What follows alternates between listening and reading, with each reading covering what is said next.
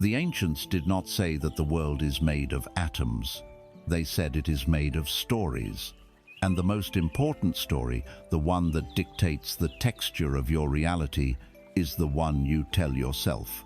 Listen, quietly. You can hear it now, a constant whisper beneath the noise of your day. A story about who you are, what you are worth, what is possible, and what is forever out of reach.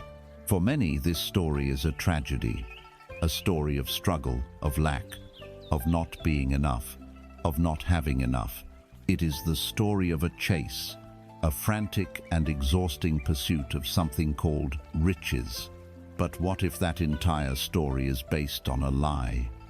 What if riches are not something you chase, but something you allow? What if wealth is not a mountain of gold you must climb, but an ocean of abundance you have forgotten how to breathe in? Consider this. What if poverty, in all its forms, is not a condition of your bank account, but a condition of your mind, a trance, a deeply hypnotizing story whispered to you since the day you were born, a program running in the background of your operating system, coloring every perception, every decision, every feeling. This journey we are about to take together is about waking up from that trance.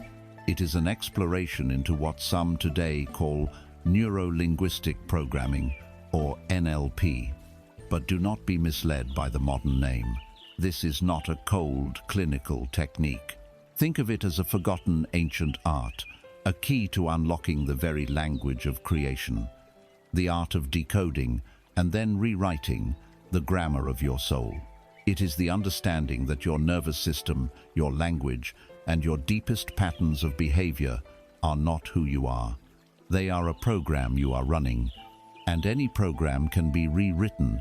We are not here to learn more. We are here to unlearn, to gently dismantle the architecture of scarcity you have been taught to call home. We are here to dissolve the hypnotic commands of "I can't," "It's hard," and "I'm not worthy." This is not a path of adding more, but of stripping away all that is false until only the luminous, infinitely abundant truth of your being remains. This is an invitation to come home, to recalibrate your entire self to the frequency you were designed for, the frequency of effortless flow, of wholeness, and of profound, unshakable wealth. So, take a breath. The work begins now. We begin with a principle so fundamental, so profound, that once you truly grasp it, the very foundations of your world will begin to shift. It is a simple phrase of 5 words, a secret code passed down by thinkers and mystics. The map is not the territory. Let that statement land. Let it echo in the quiet chambers of your mind. The map is not the territory. The menu is not the meal. The blueprint is not the building. The word water cannot quench your thirst. This seems obvious, yet we live our entire lives as if it were not true. We live, suffer, and struggle inside our maps, mistaking the lines on the paper for the living, breathing world. The territory is the raw, unfiltered, chaotic, and magnificent reality that exists moment to moment. It is the infinite field of pure potential. It has no names, no judgments, no past, no future. It simply is. The map, on the other hand, is your internal representation of that territory. It is your belief system, your memories, your opinions, your fears, your rules, your language. It is the story you inherited and the one you continue to write. And here is the crucial secret. You do not experience the territory. You can never experience the territory directly. You only ever experience your map of it. Let's begin with the most basic filters, your senses. You walk into a garden and see a flower, a vibrant red rose. You believe you are seeing the rose as it truly is, but you are not. Your eyes can only perceive a sliver of the electromagnetic spectrum, which we call visible light. You do not see the ultraviolet patterns on its petals that a bee sees, a map that guides it to the nectar. You do not feel the subtle magnetic fields of the earth that a bird feels. You do not hear the vast spectrum of sounds a dog can hear. From the low rumble of the earth to the high-pitched frequency of tiny creatures in the grass, your perception of the garden is a heavily edited, simplified version of the territory. Your senses are the first cartographers, drawing a map that leaves out almost all of the available information. What you call reality is already a drastic reduction, a sketch based on a fraction of what is actually there. This is not a flaw, it is a feature of survival, but it is essential to remember that it is a construct. You are seeing your human map of the garden, not the garden itself. Now, let us add another layer, a far more powerful one: language. Language is the grid system you lay over the raw landscape of existence. The moment you name something, you separate it from the infinite whole and place it into a neat little box. An ancient tree, a silent witness to centuries, becomes just a tree. A complex cascade of atmospheric pressures and temperatures becomes a storm. The territory is a seamless, interconnected whole. Your language chops it up into manageable but separate pieces. Consider a culture that has dozens of words for snow, each describing a different quality of its texture, its wetness, its potential for building or for travel. Their experience of a snowy landscape, their map is infinitely richer and more detailed than that of a culture that has only one word for it. Now apply this to the concepts that rule your life: rich, poor, success, failure. These are not real things that exist in the territory. You cannot go out into the world and find a bucket of failure or a pound of success. These are labels. They are powerful, emotionally charged symbols on your map. The word poverty is not a state of the world. It is a state of your map. It is a thick, dark line you have been taught to draw around a certain set of circumstances. It comes with a whole host of associated meanings, feelings, and limitations that were given to you by your family, your culture, your society. You were handed a map where a certain part of the landscape was colored gray and labeled lack, and you were told to avoid it at all costs, or that it was your inescapable destiny. But what if it is just a color on a page? What if it is just a word, a concept that has no inherent power other than the power you and the collective give it? The territory is neutral. A bank account with a certain number in it is just that, a number. The map is what screams disaster or whispers temporary situation. The territory is the neutral event. The map is the meaning you assign to it. The most personal, most potent ink used to draw your map is the ink of your beliefs and memories. Every significant emotional event you have ever experienced has become a landmark on your map. A painful betrayal may have created a deep canyon on your map, labeled "Never Trust Anyone." A childhood where money was a constant source of conflict may have drawn a vast, toxic swamp over the entire region of your map, marked finance. Conversely, a moment of pure joy or a significant achievement might be a shining golden city on your map, a place you constantly try to return to. These are not just memories. They are active, living energies that dictate how you navigate the present. You might be standing in a territory of immense opportunity, but if your map shows a swamp there, you will experience the feelings of being in a swamp. You will feel stuck, suffocated, and hopeless. Your body will react as if it is in a real swamp. Your nervous system does not know the difference between the map and the territory. It reads the map and prepares the body for the terrain it describes. This is why you can feel the terror of poverty even when you are financially safe. You are not living in your current reality. You are living in the ghost lands of your old map. So, who is this cartographer, this map maker inside you? For most of your life, it has been on autopilot. It has been a scribe, diligently copying the maps of your parents, your teachers, your society. It has taken their beliefs, their fears, their limitations, and meticulously drawn them onto your own inner world. The belief that you have to work hard for money is not a universal law of the territory. It is a feature on a specific, handed-down map. The belief that I am not good enough is not a reflection of your true nature. It is a false border drawn around your potential. Your mind is the map maker, but you are not your mind. You are the consciousness that is aware of the mind and its map making. You are the one who can step back and look at the map from a distance. This is the first step toward freedom, to cease being a lost wanderer trapped inside the drawing and to become the observer of the drawing itself. Look at your map of wealth. What does it show? Is it a dangerous, distant mountain requiring a treacherous journey to reach? Is it a fortified castle guarded by dragons of risk and failure? Is it a land that belongs to other, better people, a place where you are not welcome? Or is it an open, flowing river that runs right through your own backyard, a river you simply need to learn how to dip your cup into? The territory of abundance is all around you, in the air you breathe, in the ideas that flow through the collective consciousness, in the infinite potential of every moment. It is your map that tells you it is scarce and far away. It is your map that builds the dams that block the flow.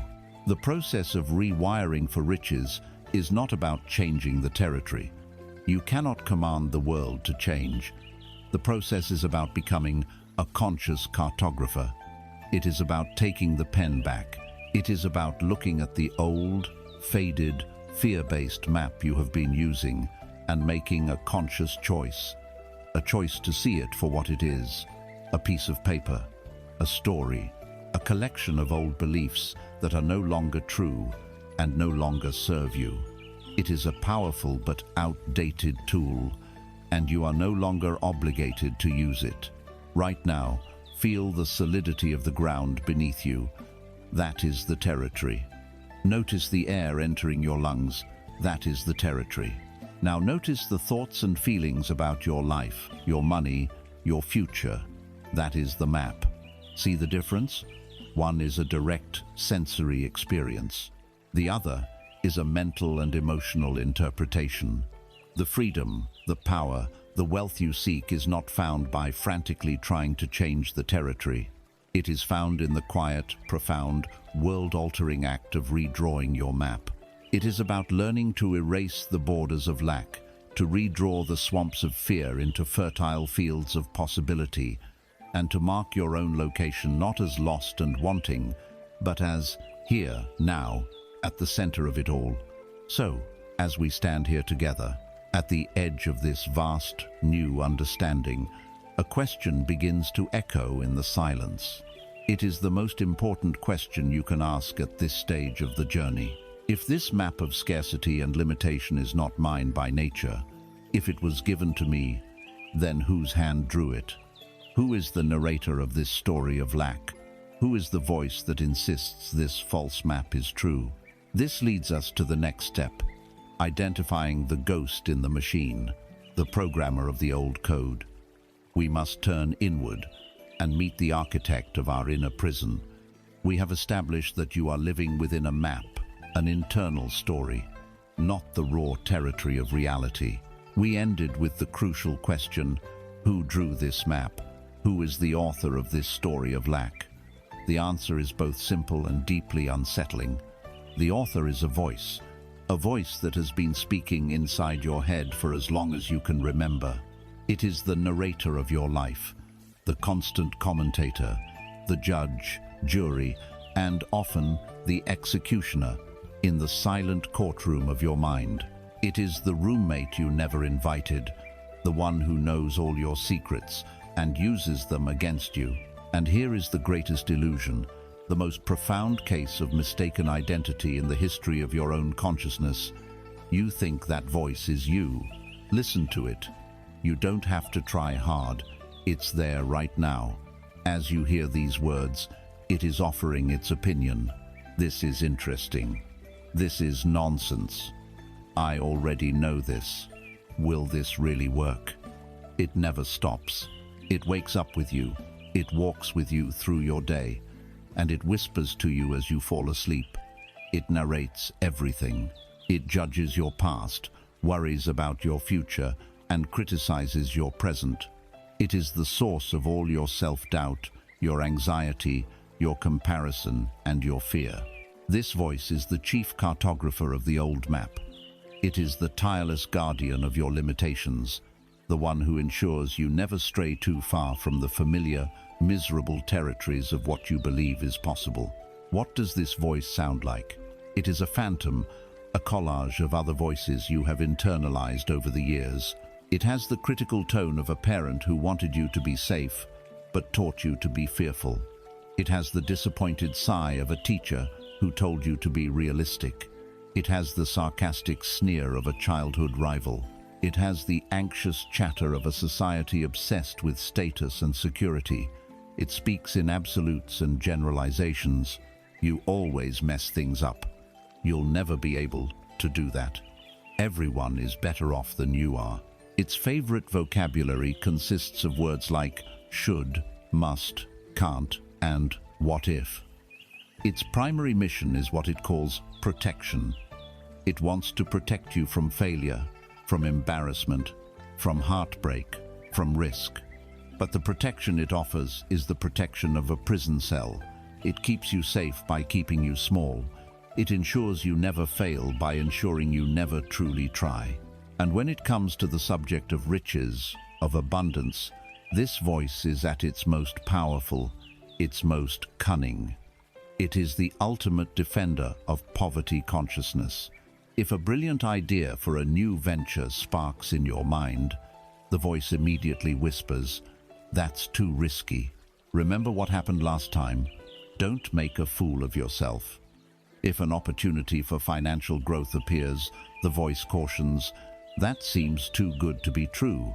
There's always a catch. People like us don't get lucky like that."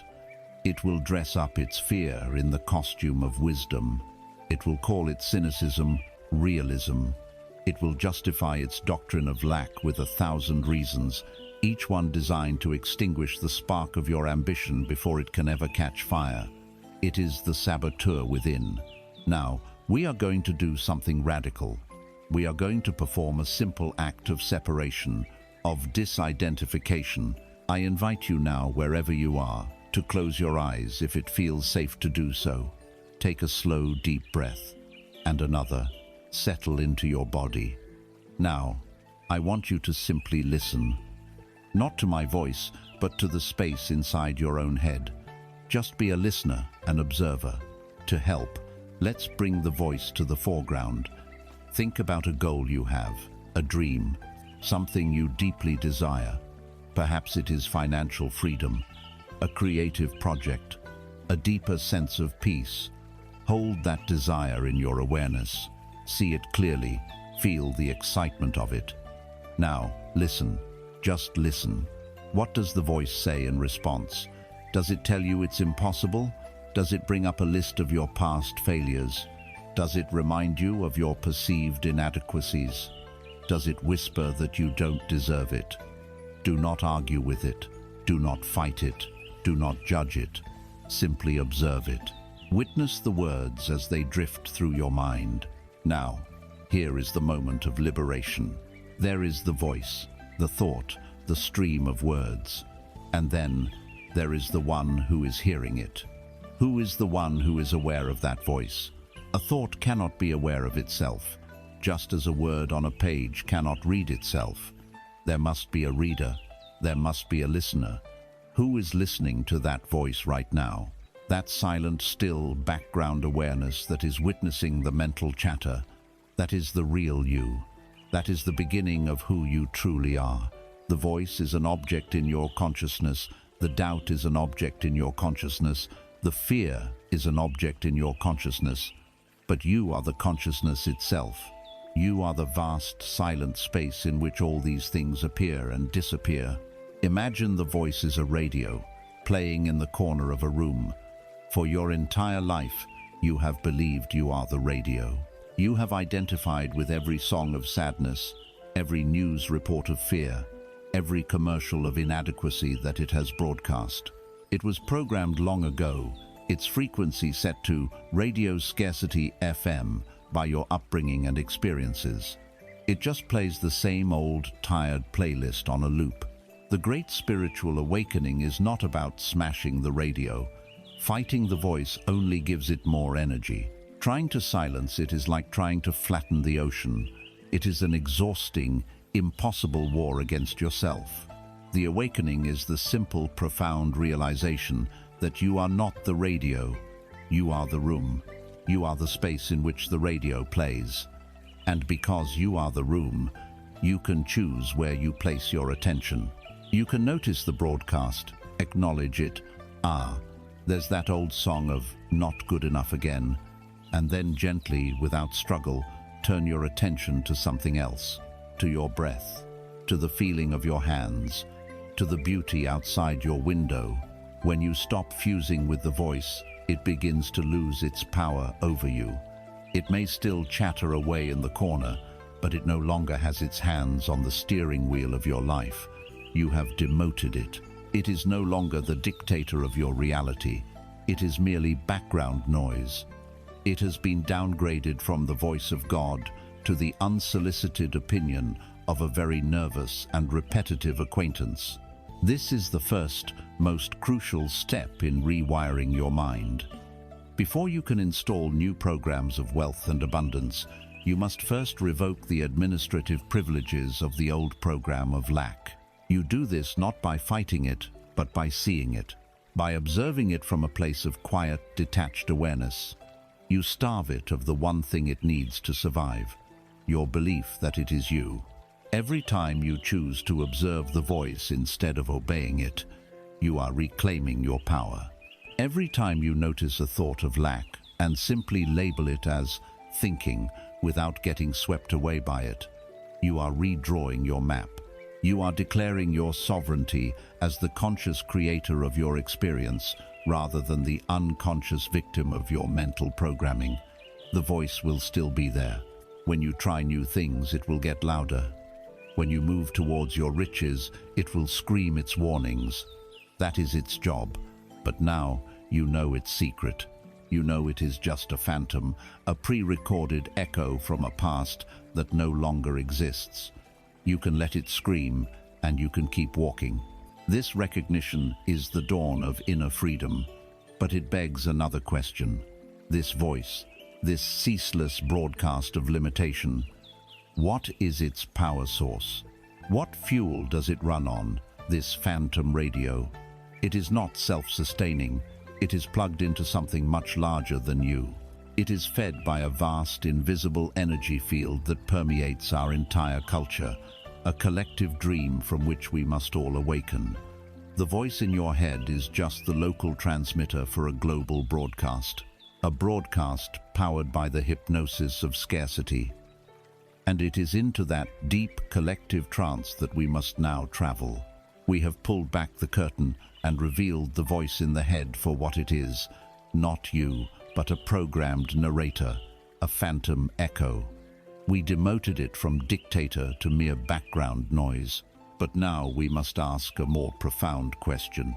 What gives this voice its script? What invisible force powers this relentless broadcast of fear and limitation? That voice, your personal inner critic, is merely a local receiver for a global transmission. It is tapping into a vast, psychic atmosphere that humanity has been breathing for centuries. It is the great sleep, the silent agreement, the collective dream we have all mistaken for reality. It is the hypnosis of scarcity.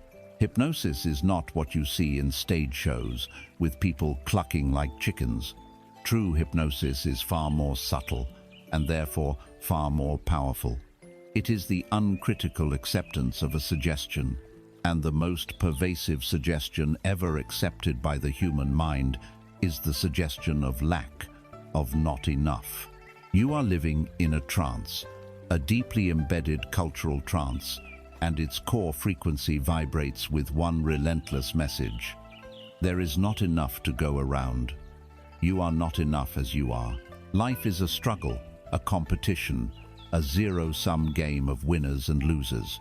Imagine society as a master hypnotist. From the moment you are born, it begins to swing a pendulum before your eyes. The pendulum is the television, flashing images of things you don't have and people you'll never be. It is the news cycle, a constant drumbeat of crisis, conflict, and economic disaster designed to keep you in a state of low-grade fear. It is your social media feed, a meticulously curated highlight reel of other people's lives that serves as a perpetual reminder of your own supposed inadequacies. Your attention is captured, mesmerized by this swinging pendulum of comparison and fear.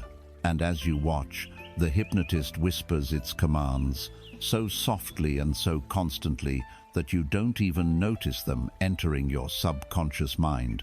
"You are incomplete," it whispers, as it shows you an advertisement for a new car or a beauty product. "Your happiness is just one purchase away." "You are falling behind," it murmurs, as you scroll past a colleague's promotion or a friend's exotic vacation.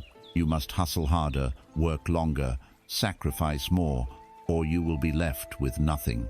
The world is dangerous and resources are dwindling, it intones through the headlines, breeding a deep-seated anxiety that you must hoard what you have and be suspicious of the future. These are the hypnotic suggestions, and they are everywhere. They are woven into the fabric of our education system, which ranks and grades children, teaching them from a young age that only a select few can occupy the space at the top. The rest must accept their place in the middle or at the bottom. The suggestion is clear. Success and worth are scarce commodities. It is baked into our economic models, which are often built on principles of manufactured demand and the illusion that life is a brutal competition for limited resources. What are the symptoms of living within this trance? Look at your own life. Do you suffer from the disease of hurry sickness, the feeling that you are always behind, always rushing, never able to rest for fear of missing out or being overtaken? That is the scarcity of time. Do you constantly compare your home, your career, your body, your life to others, feeling a pang of envy at their success and a corresponding dip in your own self-worth? That is the scarcity of status and validation. Do you hold on to your money with a white-knuckled grip, afraid to spend, invest, or donate, terrified that the well will run dry and you will be left destitute? That is the scarcity of resources. Do you feel a need to be right in arguments, to protect your point of view as if it were a fortress under siege? That is the scarcity of intelligence. Do you withhold praise, compliments, or forgiveness, believing that giving these things away somehow diminishes you? That is the scarcity of love. This is the hypnosis at work. It turns life not into a creative dance, but into a desperate game of defense, of hoarding, of protecting your tiny corner of a supposedly impoverished universe. Now, let me offer you a truth that is more ancient and more real than this hypnotic spell. The fundamental law of the universe is not scarcity, it is abundance. The logic of the hypnotist is not the logic of creation. Look at nature, the purest expression of the territory. Does a cherry tree produce just enough cherries for itself? No, it produces an extravagant, almost wasteful abundance of blossoms and fruit, feeding birds, insects, and the soil itself. A single seed does not become a single stalk. It holds the blueprint for a forest. The sun does not ration its light, billing the planets for its energy. It radiates incomprehensible power in all directions, freely, constantly, holding nothing back. The ocean does not hoard its water in one corner. It engages in a ceaseless, rhythmic dance of giving and receiving with the sky. Nature is a system of flow, of generosity, of creative and infinite overflow. The hypnosis of scarcity can only survive by convincing you that you are separate from this flow, that you are a disconnected fragment, fighting for scraps. But you are not. You are a part of nature. The same creative intelligence that bursts a seed into a forest is alive within you. The most valuable resources you possess defy the logic of scarcity entirely. The more love you give away, the more you have. The more knowledge you share, the more you solidify your own understanding. The more you use your creativity, the more inspired you become. The more kindness you radiate, the more you experience a world that is kind. The trance of scarcity is a lie. It is a faulty program. It may apply to the man-made games of economics and status, but it has no bearing on the fundamental reality of who you are and what is available to you through the power of your own consciousness. So how do we begin to awaken from this collective dream? You do not fight it. You cannot wage war on the entire world's belief system. You awaken by personally and quietly withdrawing your belief from it. You break the spell by revoking your consent to be hypnotized. You start by becoming a conscious consumer of information. When you see an advertisement, ask yourself, what is this trying to make me feel I lack? When you read a headline, ask, is this information empowering me, or is it feeding my fear? When you scroll through social media, remind yourself, I am watching a performance. This is not the full reality. You practice pattern interruption. When you catch the scarcity mindset operating within you, the thought, I can't afford this, the feeling of envy, the anxiety of competition, you pause, you take a breath, and you question it. You hold it up to the light. Is this thought truly mine, or is it a line from the hypnotist's script? Is it based on the abundant laws of the universe or the limited rules of the trance? And, most powerfully, you begin to introduce a counter-suggestion. You practice the feeling of enough, right now, in this moment, looking around you and within you, and finding one thing to be grateful for, one proof of the abundance that is already present. My breath is enough. This chair supporting me is enough. This moment of quiet is enough. In this moment, I am enough. This practice is the antidote. It is a declaration of your freedom. It is you taking the swinging pendulum in your own hand and bringing it to a dead stop. Waking up from this trance is the true foundation of wealth. Because you realize riches are not about accumulation in a world of lack, but about alignment with a universe of abundance. But this hypnosis is not just a mental construct. The hypnotist gains its power over you because the suggestions of fear, of not being enough, of impending doom resonate with something already inside you. The spell is held in place by invisible anchors buried deep in your emotional body. They are the unresolved pains, the unhealed wounds, the unprocessed feelings of your past. To truly break free from the hypnosis, we must do more than see the illusion. We must sail inward and pull up these heavy anchors one by one. We must finally face and settle our oldest accounts. We must break the chains of our emotional debt. We have seen the collective trance, the hypnosis of scarcity that whispers not enough into the ear of the world. But a hypnotist's suggestion only takes root if it finds fertile ground. The whispers of lack from the outside only have power because they resonate with a feeling of lack on the inside. This inner lack is not a flaw in your character. It is an energetic reality. It is the accumulated weight of your past. It is the vast, unpaid balance on your emotional credit card. We will call it your emotional debt. Financial debt is simple to understand. It is money you owe, and the interest it accrues drains your future resources. Emotional debt is identical, but far more costly. The currency is not money, but your own life force. Every time in your life you experienced a strong negative emotion, shame, guilt, resentment, grief, deep fear, and did not have the tools or the safety to fully process it, a small debt was created. You suppressed it, you pushed it down.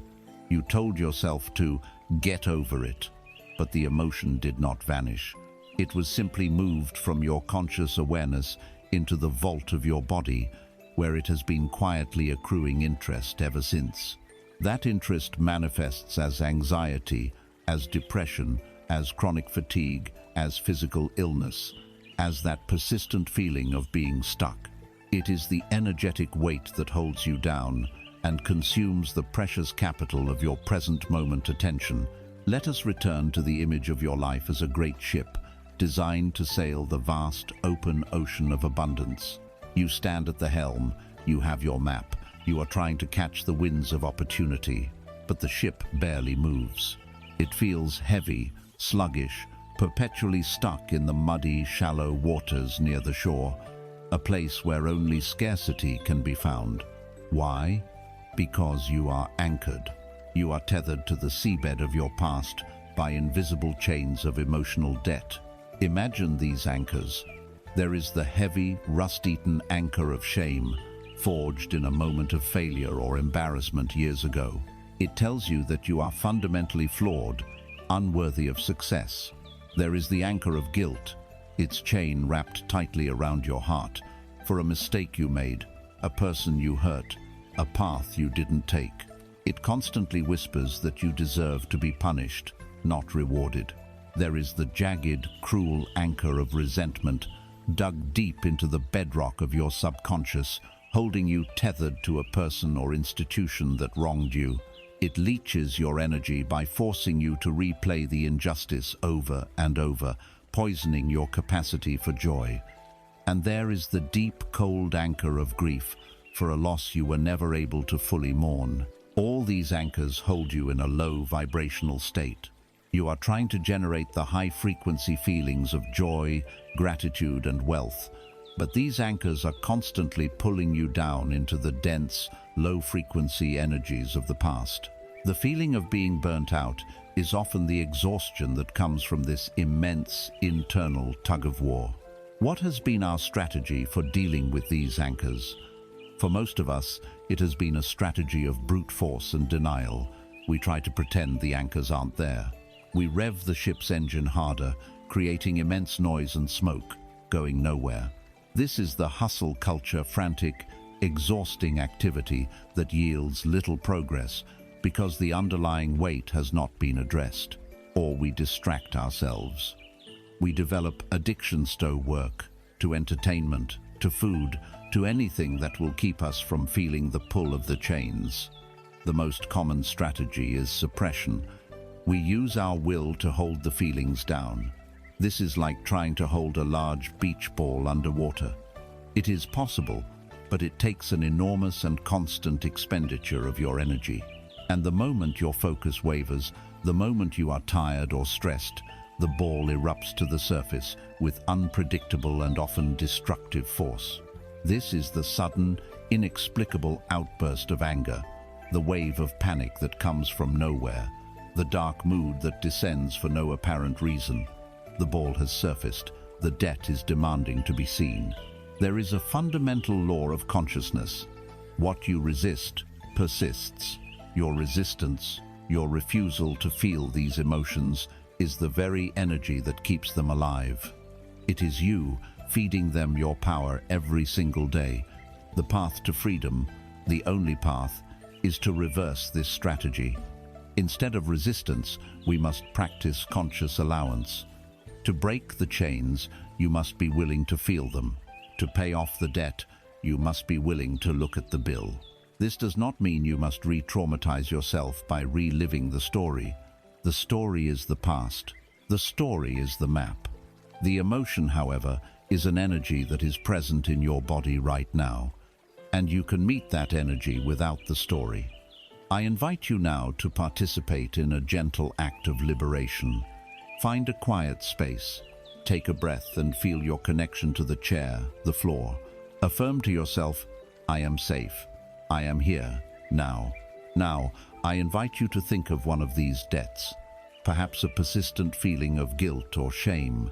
Do not dive into the memory that created it. Simply invite the feeling of it to make itself known. Where does it live in your body? Is it a tightness in your throat, a hollow ache in your chest, a knot of fire in your stomach? There is no right or wrong answer. Without judgment, simply locate the physical sensation of the emotion. Now, instead of tensing up against it, as you have done your whole life, I want you to do the opposite. I want you to breathe into it. Imagine your breath is a warm, golden, healing light. Gently direct that light to the area of tightness in your body. Don't try to blast it away. Just surround it. Give it space. Let it be seen. Now, perform a radical act of alchemy. For just a moment, drop the label. Drop the word shame. Drop the word guilt. Let go of the story attached to it. Experience it simply as it is. A raw physical sensation. An energy. A vibration. It is not good. It is not bad. It simply is. In this moment of pure, non-judgmental awareness, you stop feeding it your resistance. You stop holding the beach ball underwater. And as you breathe into this sensation, offer it a silent message of compassion. I see you. I feel you. You are welcome here. You have been trying to get my attention for a long time. I am listening now. You are free to stay, and you are free to go when you are ready. That's it. You welcome it, you allow it, you feel it, you breathe into it. You are not condoning the past event. You are simply settling the energetic charge that is still living in your body. When an emotion is finally met with this kind of loving, spacious awareness, a miracle happens. Its purpose is fulfilled. It has delivered its message. And having been seen and felt, its energy can finally complete its cycle and dissolve. The beach ball, once allowed to surface, loses its violent energy and bobs gently on the water before drifting away. The anchor, once acknowledged, can be unhooked from the seabed. This is the act of paying off your emotional debt. It is the work of breaking the chains. This is not a one-time event. It is a practice. It is a new way of relating to your inner world. Each time you meet a difficult emotion with allowance instead of resistance, you sever another strand of the chain. And with each strand you sever, your ship becomes lighter. Your vibrational frequency naturally begins to rise. You feel more energy, more clarity, more inner peace. You are lifting the anchors. And as your ship begins to float freely, you will be amazed at how easily it starts to drift out of the muddy shallows and toward the clear, deep waters of the open ocean. Clearing this emotional debt is the essential groundwork for lasting wealth. Because when the inner anchors of shame and unworthiness are gone, the hypnotist's whispers of scarcity find no purchase. They have nothing to hook into. Your inner reality becomes one of lightness and freedom, and the outer world begins to reflect that back to you. This process of feeling and releasing is a profound, non-verbal language of the body. But to truly become the architects of our new reality, we must also master the verbal, conscious tools of creation. We must examine the very code we use to construct our experience moment to moment. We must learn to speak the language of abundance. We must now explore the grammar of reality. Having journeyed inward to meet the stored energy of our emotional debt, we emerge lighter, with more space inside. We have paid off the old accounts through the silent, compassionate language of the body. Now, we turn our attention from the non-verbal to the verbal. We move from the world of feeling to the world of words, for it is with our words that we construct our reality, moment by moment. All the ancient texts understood this. In the beginning was the Word. This is not just a poetic phrase. It is a manual for creation. Your word is your wand. Every sentence you speak, every thought you formulate, is an incantation, a spell that you cast upon yourself and the universe. The question is, are you casting spells of empowerment or spells of imprisonment? We are about to explore the grammar of your reality. This is the linguistic component of neuro-linguistic programming, but it is far more than a technique. It is the conscious recognition that your subconscious mind is a profoundly powerful but very literal servant. It does not judge, it does not question, it simply accepts the commands you give it, and your habitual language is its primary instruction set. You have been programming your reality your entire life without realizing it. Now, we become conscious programmers. Let us first deconstruct the grammar of lack. The most powerful creative statement in any language is, I am. Whatever follows those two words is a direct command to the universe and to your own being to manifest that reality. For years, you have likely been giving commands for lack. I am so broke. I am tired all the time. I am not the kind of person who gets lucky. I am terrible with money. Your subconscious mind hears these declarations not as temporary descriptions, but as foundational truths of your identity. It then works tirelessly to filter your perception and guide your behavior to ensure your reality matches your command. You have been affirming, and therefore creating, the very conditions you despise. Consider the language of obligation.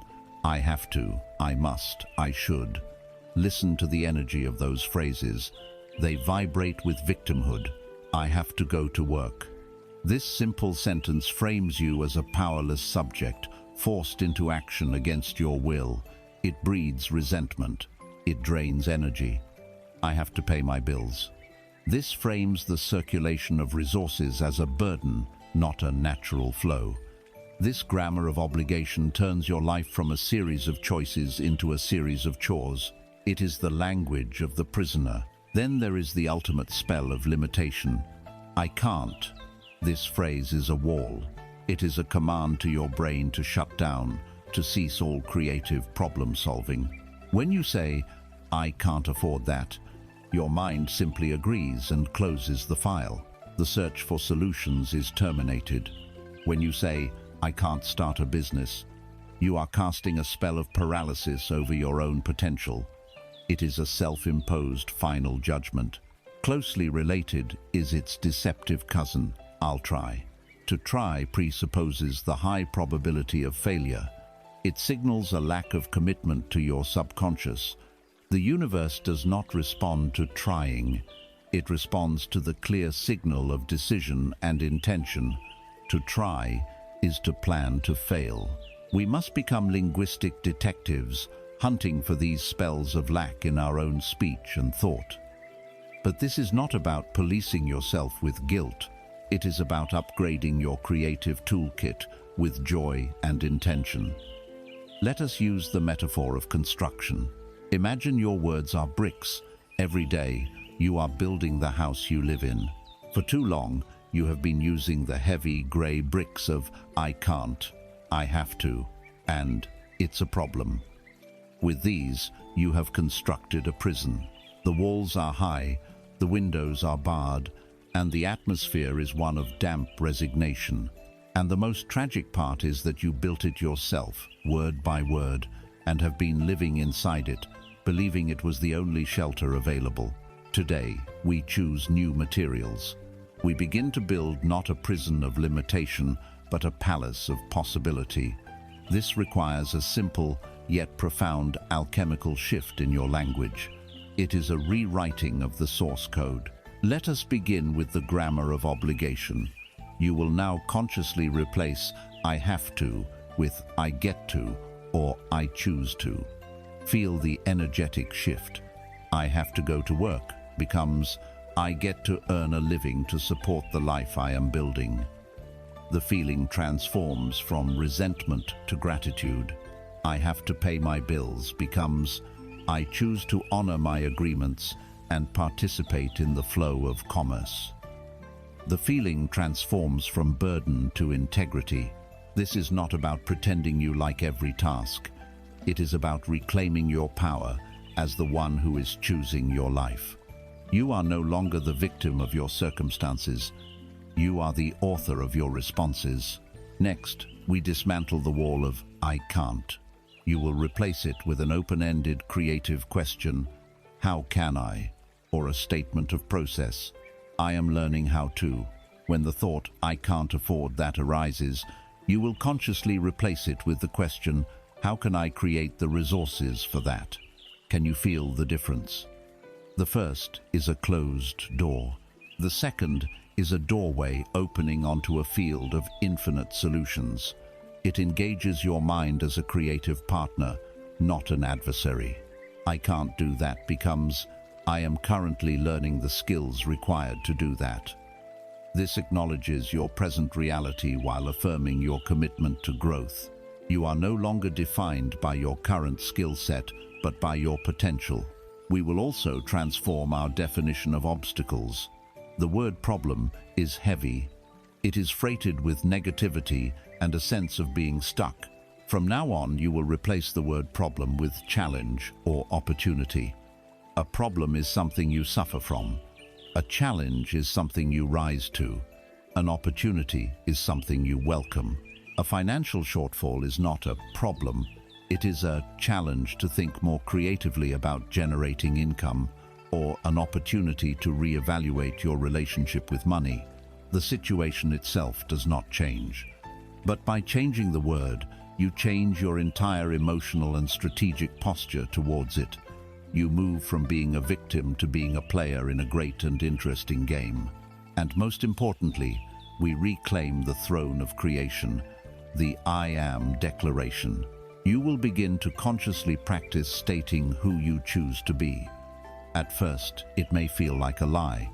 If you are in debt, stating I am wealthy and abundant may feel absurd. But remember, you are not describing your current reality. You are issuing a command for your future reality. You are planting a flag on the territory you intend to occupy. You are giving your literal-minded servant, the subconscious, its new building instructions. I am a magnet for creative ideas. I am resourceful and resilient. I am worthy of profound peace and effortless abundance. You say it not because it is already true in your 3D world, but because you are commanding it into truth.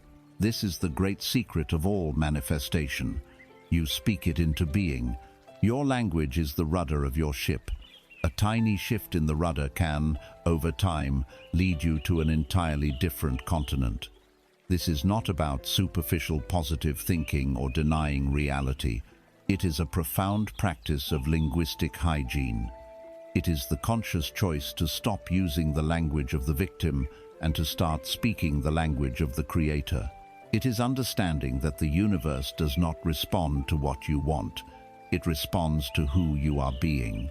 And who you are being is declared, second, by the words you choose. We have now learned to consciously direct our language to shape our present and our future. We are choosing our bricks, writing our code. But what of the past?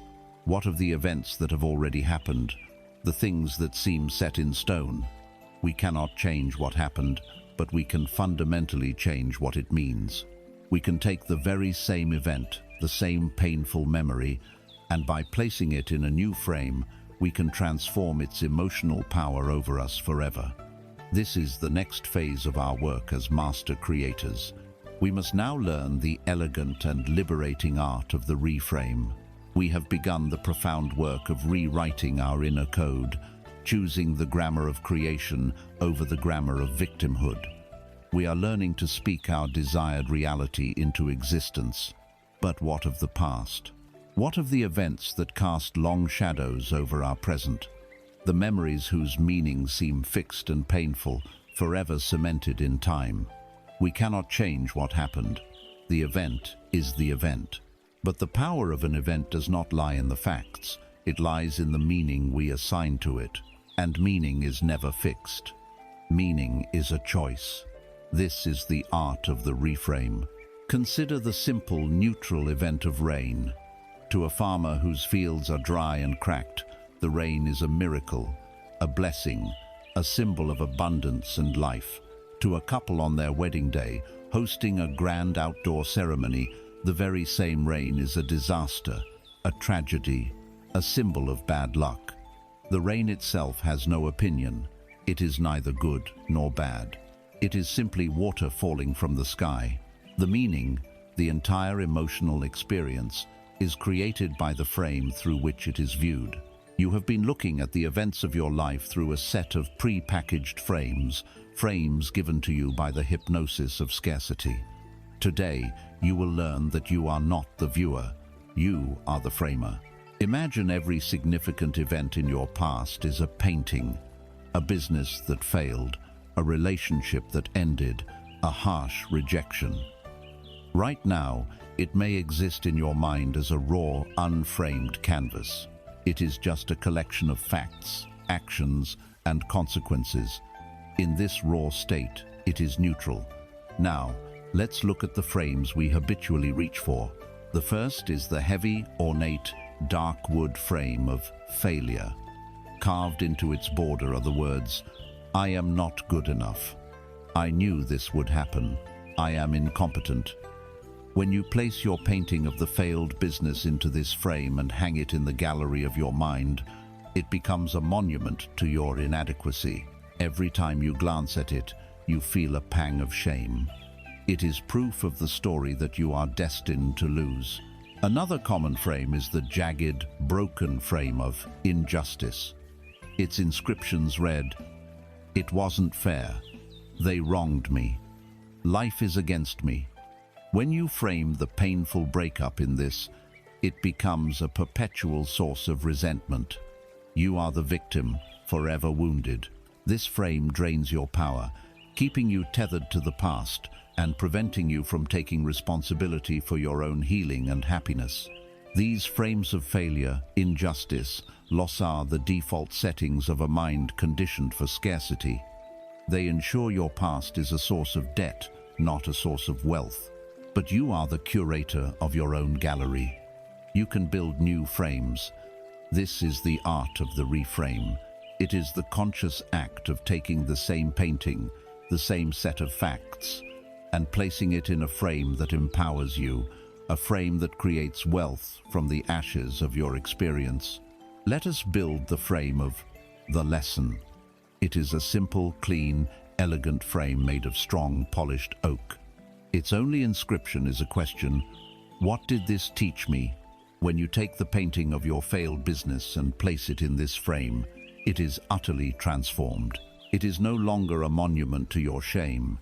It is now your most valuable MBA. It is a masterclass in what not to do, a priceless piece of market research, a lesson in resilience. The pain you felt was the tuition fee for an education you could not have received any other way. The event has not changed, but its meaning, its value, has morphed from a liability into a profound asset. Let us build another, the frame of redirection. This frame looks like a compass or a beautifully carved arrow. Its inscription reads, "This was necessary guidance," or "I was being protected from a path not meant for me." Take the painting of that job you didn't get, or that person who rejected you. In the old frame of failure, it's a source of pain. In the frame of redirection, it becomes a benevolent act of the universe. Not getting that job cleared the way for the opportunity that was truly aligned with your soul's purpose. That relationship ending was not a rejection of your worth, but a necessary course correction to guide you toward a love that is truly compatible. Rejection is not the universe saying no. It is the universe saying, "Not this, I have something better for you." Consider the powerful frame of fertilizer. It is a rough, dark, earthy frame. It smells of rich soil. Its inscription reads, "The deepest pain provides the richest ground for growth." This frame is for your most difficult experiences. It does not deny the suffering, it honors it. It understands that just as a fallen tree decomposes to provide nutrients for the entire forest, your deepest challenges provide the very soil from which your greatest strength, compassion, and wisdom will grow. The person you became because you endured that hardship is a stronger, deeper, more resilient being. That suffering was not pointless. It was the fertilizer for the magnificent garden your life is becoming. This is not an exercise in intellectual dishonesty or so-called toxic positivity. It is not about pretending the pain did not exist. The pain was real. The fear was real. The disappointment was real. You must first honor the raw emotion of the event. Allow the anger. Allow the grief. We learned this when we cleared our emotional debt. The reframe is what comes after you have allowed the feeling. It is the conscious, empowered act of deciding what to build from the rubble. It is about asking, I have felt the pain. Now, what meaning will I construct from this experience that serves my growth and my freedom? It is the difference between being the victim of your history and being the alchemist of it. Let's make this practical. Think of a financial mistake you made, one that cost you dearly. The old frame says, I am an idiot. I am hopeless with money. The feeling is shame. The new frame says, I paid for a masterclass in financial literacy. That experience was my tuition, and the lesson it taught me about due diligence will save me millions over the course of my lifetime. The feeling is empowerment. The facts are the same. The frame changes everything. Think of a time someone criticized you harshly. The old frame says, they are right. There is something wrong with me. The feeling is worthlessness. The new frame asks, is there a kernel of truth here I can use to grow, while discarding the rest as that person's own projection? Or, this person's reaction is a reflection of their own inner state, not a true measure of my worth. This is an opportunity to practice non-reactivity. The feeling is discernment and peace. This is the art you must now master. To become a conscious creator of a rich life, you must learn to mine your past for riches. Your history is not a burden, it is a treasure chest. The reframe is the key that unlocks it. You are the alchemist who can turn the lead of past suffering into the gold of present wisdom. You are no longer defined by what has happened to you. You are defined by what you choose to make it mean. We have now learned to rewire our grammar for the present and reframe our interpretations of the past. The internal landscape is clearer. The old debts have been addressed, and the old wounds are being transformed into sources of strength. We have cleared the ground. The foundation is set. Now, we must turn our focus with singular intent toward the future.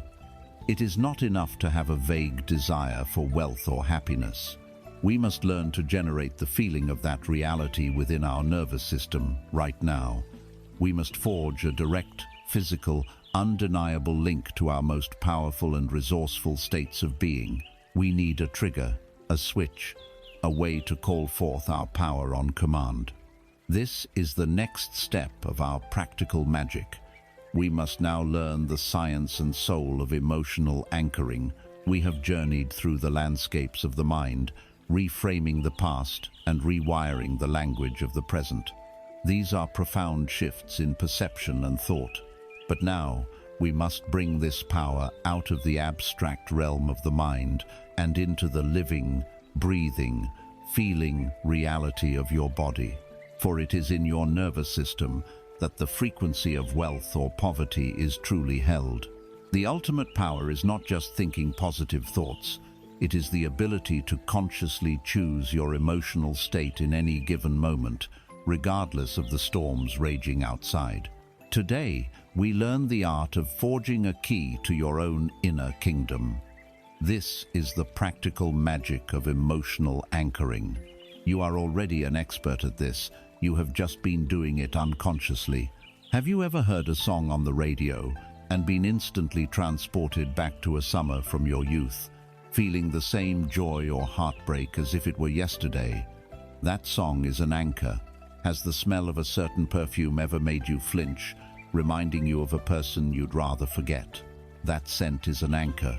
Your brain is a master of association, constantly linking external triggers to internal states. A neutral stimulus, when paired repeatedly with a powerful emotional response, becomes a trigger for that response. This is a biological survival mechanism. The problem is, most of our anchors were created by accident, and many of them are linked to states of fear, sadness, and limitation. But what if we could reverse this process? What if we could become the master of these associations? What if you could deliberately link your most powerful state of resourcefulness, of confidence, of unstoppable abundance to a simple, unique trigger that you control? This is anchoring. Think of your emotional state as a powerful current of electricity. A feeling of pure, unshakable confidence is a high-voltage charge. You cannot simply summon this voltage from nowhere. But if you can access a moment when the current was at its absolute peak, you can install a switch. The anchor is the switch. Once the switch is installed correctly, you no longer need to rebuild the entire power plant every time you need the electricity.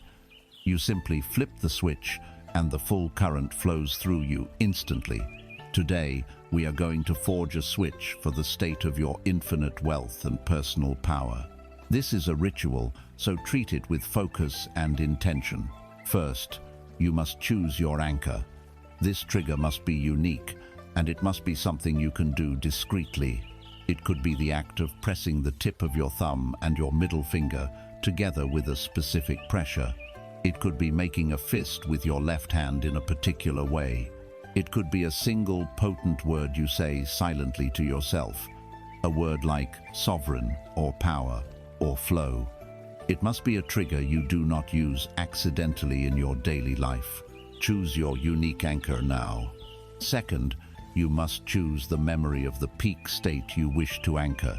Search through the library of your life for a time when you felt absolutely unstoppable. This does not have to be a memory of financial wealth. It is the feeling we are after. Perhaps it was the moment you crossed a finish line in a race, the moment you solved a complex problem and felt a surge of genius, a time you stood on a mountaintop and felt a profound sense of peace and connection to everything, a moment you received a standing ovation or a deep compliment, a time when you felt pure, unadulterated joy. Find a moment when the feeling of personal power, of "I can do anything," was at an absolute 10 out of 10. Choose that memory now. And now, the forging begins. Close your eyes, take a deep breath in, and as you exhale, release the day. Take another breath in, and as you exhale, sink deeper into this present moment. Now, I want you to go back to that memory you chose. Step into it. See it not as a distant movie, but as if you are living it right now. See through your own eyes. What do you see? Notice the colors, the shapes, the light. Make the image brighter, clearer, more vibrant. Now, listen. What were the sounds of that moment? The sounds around you, the sound of your own voice, the sounds inside your own head. Make those sounds clearer, richer. And now, the most important part, the feeling. Feel the feelings of that moment flooding into your body right now. Where does that feeling of power begin? In your chest, your stomach, your spine? Let it expand from that point of origin, surging through your veins, filling every cell.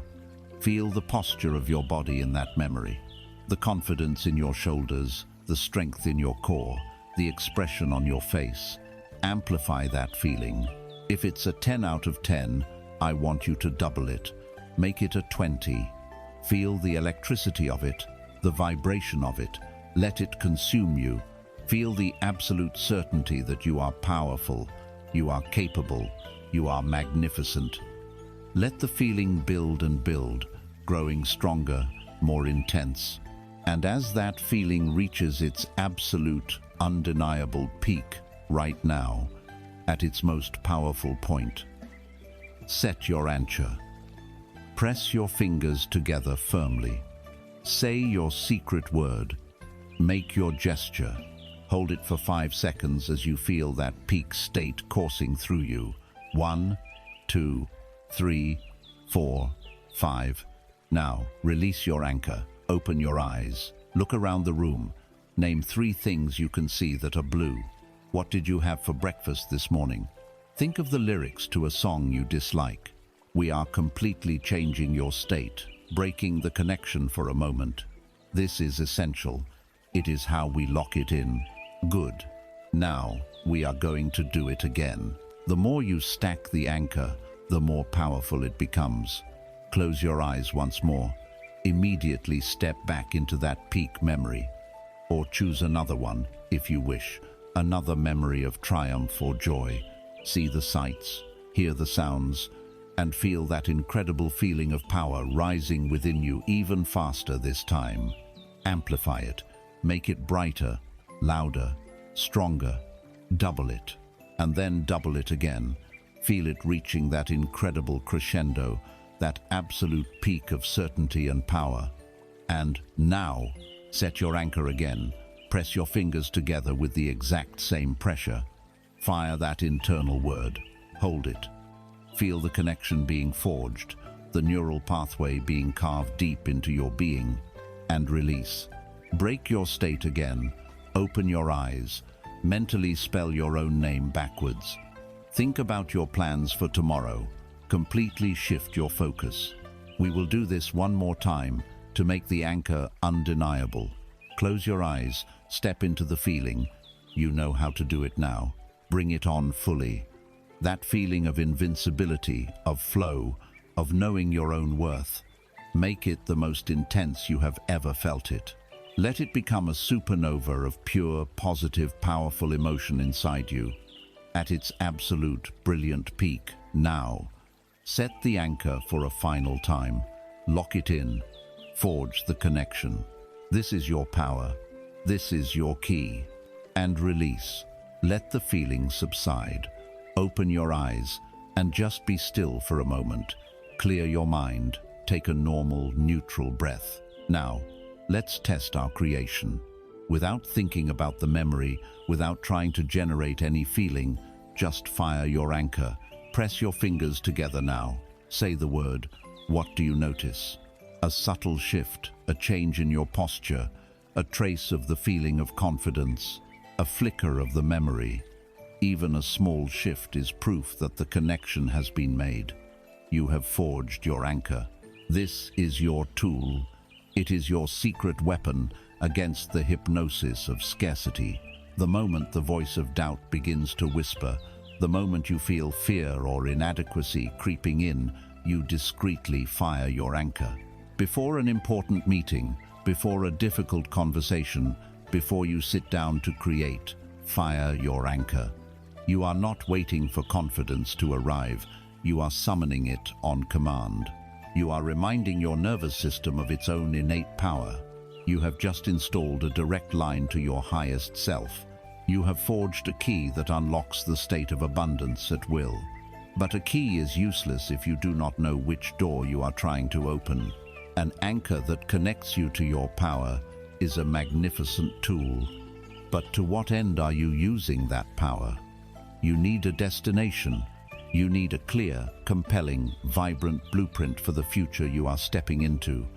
You must learn to not just hope for that future, but to inhabit its reality before it has physically arrived. It is now time to journey into the quantum field of creation and learn the science and soul of true visualization. We have forged the anchor, a key to summon our personal power at will. This tool allows us to change our state. But to what state shall we change? A key is only as useful as the clarity of the destination it unlocks. We now move from managing our present state to consciously designing our future. And we will do this by embracing a principle so powerful, so contrary to conventional wisdom, that it may shatter everything you thought you knew about time, reality, and creation. The principle is this: you do not create the future, you select it. The future you desire is not something you must build from scratch. It is a reality that already exists, fully formed, waiting for you in the infinite field of potential. Your work is not to chase it, but to align with it. This is the art and science of true visualization. It is not mere daydreaming or wishful thinking. It is the disciplined act of assuming the feeling of your wish already fulfilled. Modern neuroscience has shown us that the brain does not distinguish between a vividly imagined experience and a real one. When an athlete visualizes a perfect performance, the same neural pathways fire as when they physically perform it. They are creating the neurological blueprint for success before ever stepping onto the field. Your mind, your entire nervous system, operates on this same principle. It does not have a reality button. It accepts the reality you impress upon it most consistently and with the greatest emotional intensity.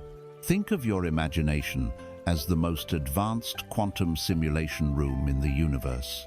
For most of your life, you have used this incredible technology unconsciously and often destructively. You have run simulations of failure. You have rehearsed arguments in your mind, feeling the anger and resentment as if they were real. You have played out scenarios of lack and disaster, and your body has been flooded with the corresponding stress, hormones cortisol and adrenaline. You have diligently, expertly practiced for a life of scarcity, and the universe, like a faithful mirror, has reflected your dominant practice back to you. Today, we become the conscious directors of this simulation. We will no longer rehearse for disaster. We will begin to rehearse our triumph. We will step into the reality we choose, and we will live there so fully, so completely within our own consciousness, that its manifestation in the three-dimensional world becomes an inevitable afterthought. This is not faking it. This is aligning with it. This is choosing your desired parallel reality and making it your dominant vibrational home. I invite you now to enter your simulation room. Close your eyes. Take a deep, slow breath, and with the exhale, let go of the room around you. Take another breath, and let go of the day, of your to-do lists, of your identity in this moment. With each breath, you are becoming pure consciousness, a traveler in the infinite. Before you, in the quiet darkness of your mind, a door begins to form. It is a beautiful door, crafted in a style that is perfect for you. And etched upon this door in soft, glowing light are the words, "My reality of absolute abundance and freedom." Feel the truth of those words. This is not a fantasy. This is a destination. This is your future self, holding the door open for you. Reach out your hand. Feel the texture of the doorknob. It is cool, solid, real. Turn it. Hear the gentle click of the latch. Now, push the door open and step through. Do not try to see anything specific at first. Instead, I want you to feel the shift in the atmosphere. The air on this side of the door is different. It vibrates with peace, with ease, with a profound sense of safety. Take a breath of this new air. It fills your lungs with tranquility. This is the air of a life free from financial anxiety. This is the atmosphere of enough. Now, let us experience a day in this reality. You are waking up in the morning. Feel the sheets on your skin, the softness of the pillow beneath your head. As you open your eyes, what is the first feeling that greets you? It is not the familiar jolt of stress about bills or obligations. It is a gentle, expansive feeling of peace. You are free. You have total freedom of choice over how you will spend this precious day. What does that freedom feel like in your body? Is it a lightness in your chest? A calm in your solar plexus? Let that feeling of absolute peace be the new foundation of your morning. You get out of bed and walk through your home. It feels safe, comfortable, a sanctuary that you love. You prepare a drink and look out the one of your windows. The world outside looks the same, but your experience of it is utterly different because your inner world has been transformed. You are not looking at the world through the eyes of someone who needs something from it. You are looking through the eyes of someone who is full, who has enough, and who is now asking, "What can I give? How can I contribute from my own state of overflow?" Let's move through your day. What are you doing with your time? You are engaged in work that you love, not because you have to, but because you choose to. It is your passion, your art, your calling. Feel the joy of creative flow, the satisfaction of using your unique talents to make a contribution. Feel the respect and appreciation you receive from others, and the respect you have for yourself. Notice the people you are interacting with. They are positive, supportive, and inspiring. Your relationships are built on mutual admiration and joy, not neediness or transaction. Now, Let's touch the subject of money directly. In this reality, you open your banking app on your phone and you smile. You look at the numbers and feel not a surge of manic excitement, but a deep, quiet, unshakable sense of security. It is done. The struggle is over. It is a feeling of profound relief, of finality. Feel that in your body now. The release of a tension you have been carrying for years. From this state of security, imagine yourself performing an act of generosity. Perhaps you are paying for a loved one's education, or funding a medical treatment, or donating a significant sum to a cause that touches your heart. Feel the pure joy of giving from a place of true overflow, with no fear of lack. This feeling, this generous, expansive joy, this is the true frequency of wealth. As you stand here now, in the center of this beautiful day, this reality that is already yours, I want you to take it all in.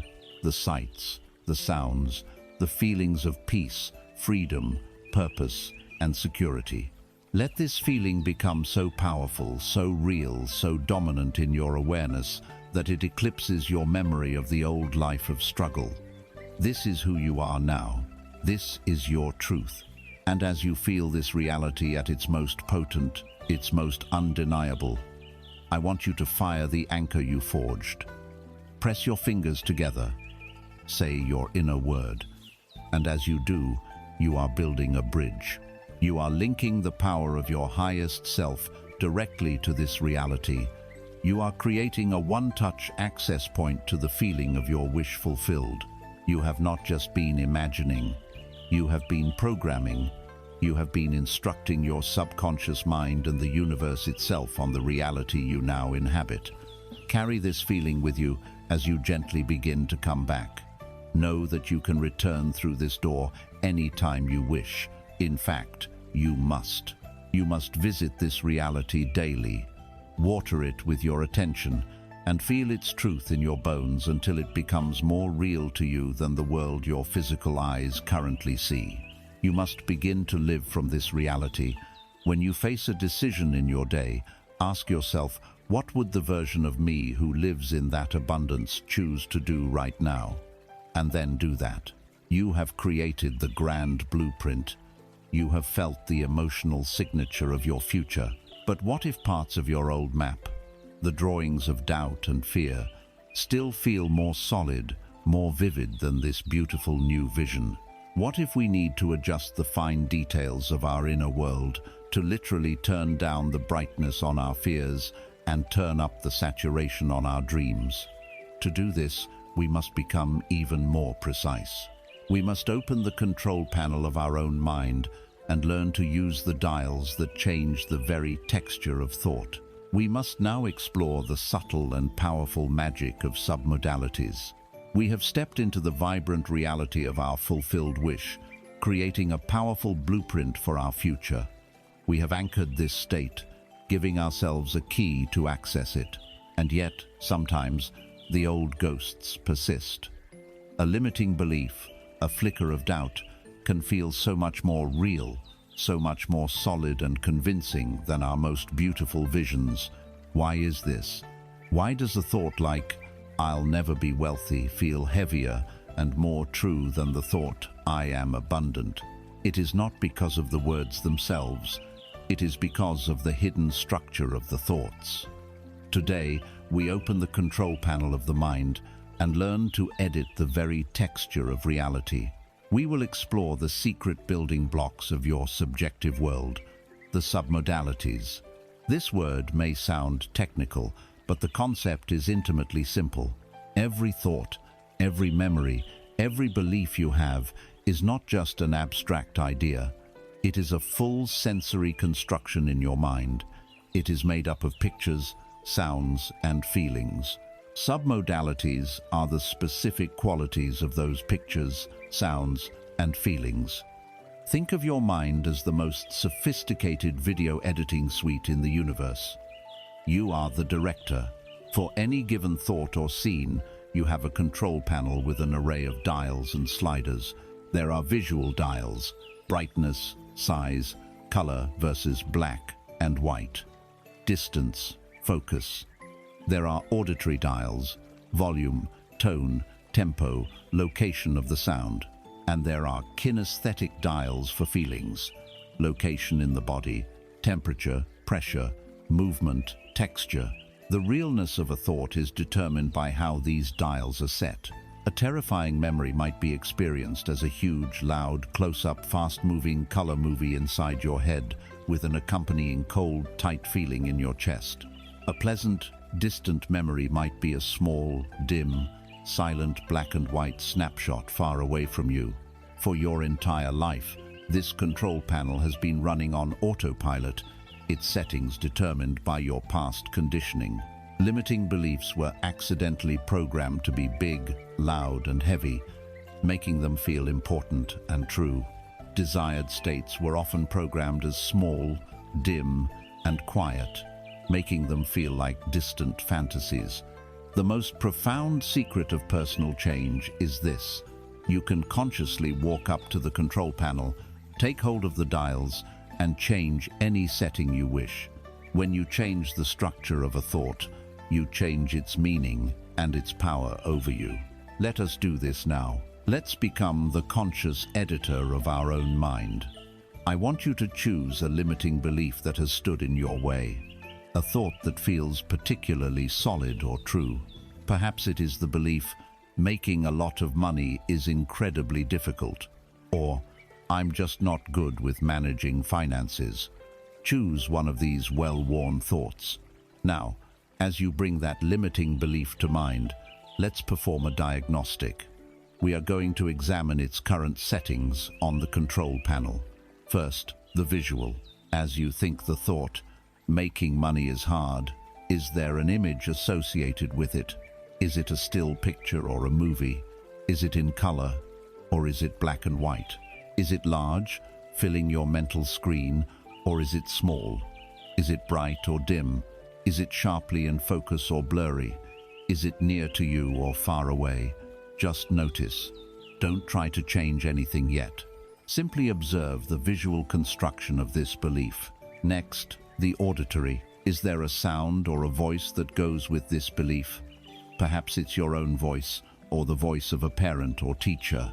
What is its tone?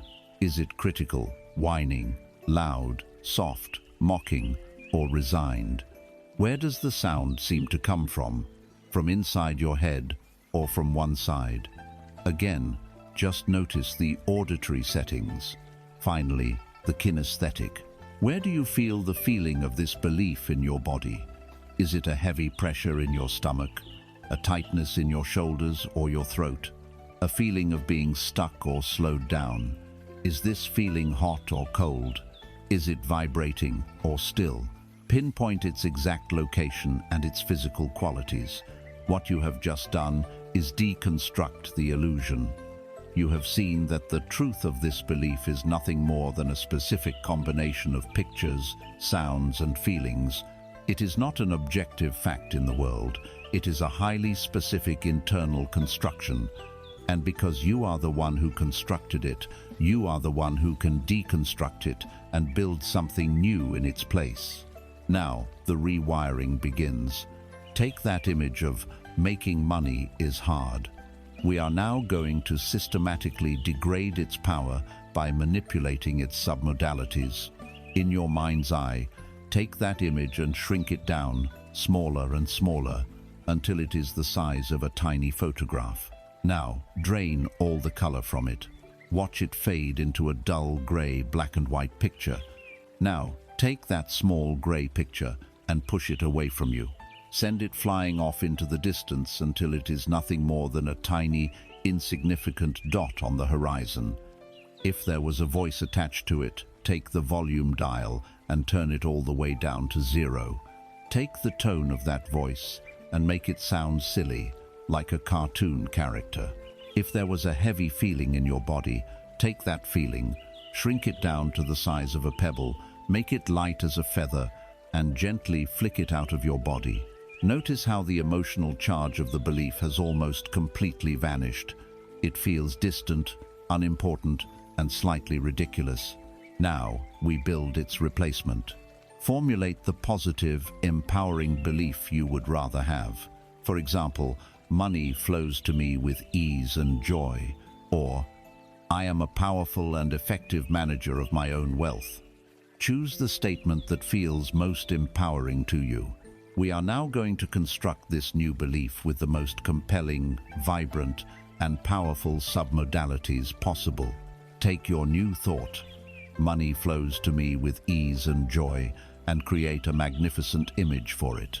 Make this image huge, panoramic, a full 360-degree immersive experience. Make it brilliantly bright, as if lit from within by the sun. Saturate it with the most vivid, electric, beautiful colors you can imagine. Hear the words of this new belief being spoken, not in a critical tone, but in a warm, resonant, powerful voice that emanates from the core of your being, a voice of absolute truth. Feel the physical sensation that this new belief generates. Where is it? Perhaps it is a warm, expansive, golden light spreading from your heart throughout your entire body. A feeling of lightness, of flow, of tingling, joyful energy. Make it bigger, warmer, brighter. Turn all the dials up to the maximum setting. Now, do a quick comparison. In one hand, you have the tiny, distant, silent gray dot of your old belief. In the other, you have this magnificent, immersive, vibrant, sensory-rich experience of your new belief. Which one feels more real? Which one has more power? Which one do you choose to be your new reality? By making your desired belief more neurologically compelling, you are sending a clear and powerful command to your brain and nervous system. This is what is real now. This is our new operating instruction. You are the master of your internal control room. You are the editor of your own subjective experience. This is not about lying to yourself. It is about understanding that all your beliefs are, in a sense, constructed lies or truths. You are simply choosing to deconstruct the lies that have disempowered you and to build, with conscious intent, the magnificent truths that will set you free. Practice this. Become a connoisseur of your own thoughts. When a negative thought appears, don't just accept it. Stop. Examine its structure. How is it built? Then, take out your tools, step up to the control panel, and begin the edit. Make it small, make it quiet, make it distant. Then build the reality you want, and make it so bright, so loud, so compelling, that it becomes the only landscape you can see. This manual process of adjusting the dials is life-changing. But what if you could automate it? What if you could install a neurological macro, a program that would run in the blink of an eye, instantly and automatically replacing a problem thought with an empowered one? Such a process exists. It is one of the most elegant and rapid techniques for personal transformation ever designed. It is time to learn the instantaneous magic of the swish pattern. We have explored the control panel of the mind, learning to manually adjust the qualities of our thoughts and beliefs. This is the work of a master craftsman, carefully shaping and polishing our inner world.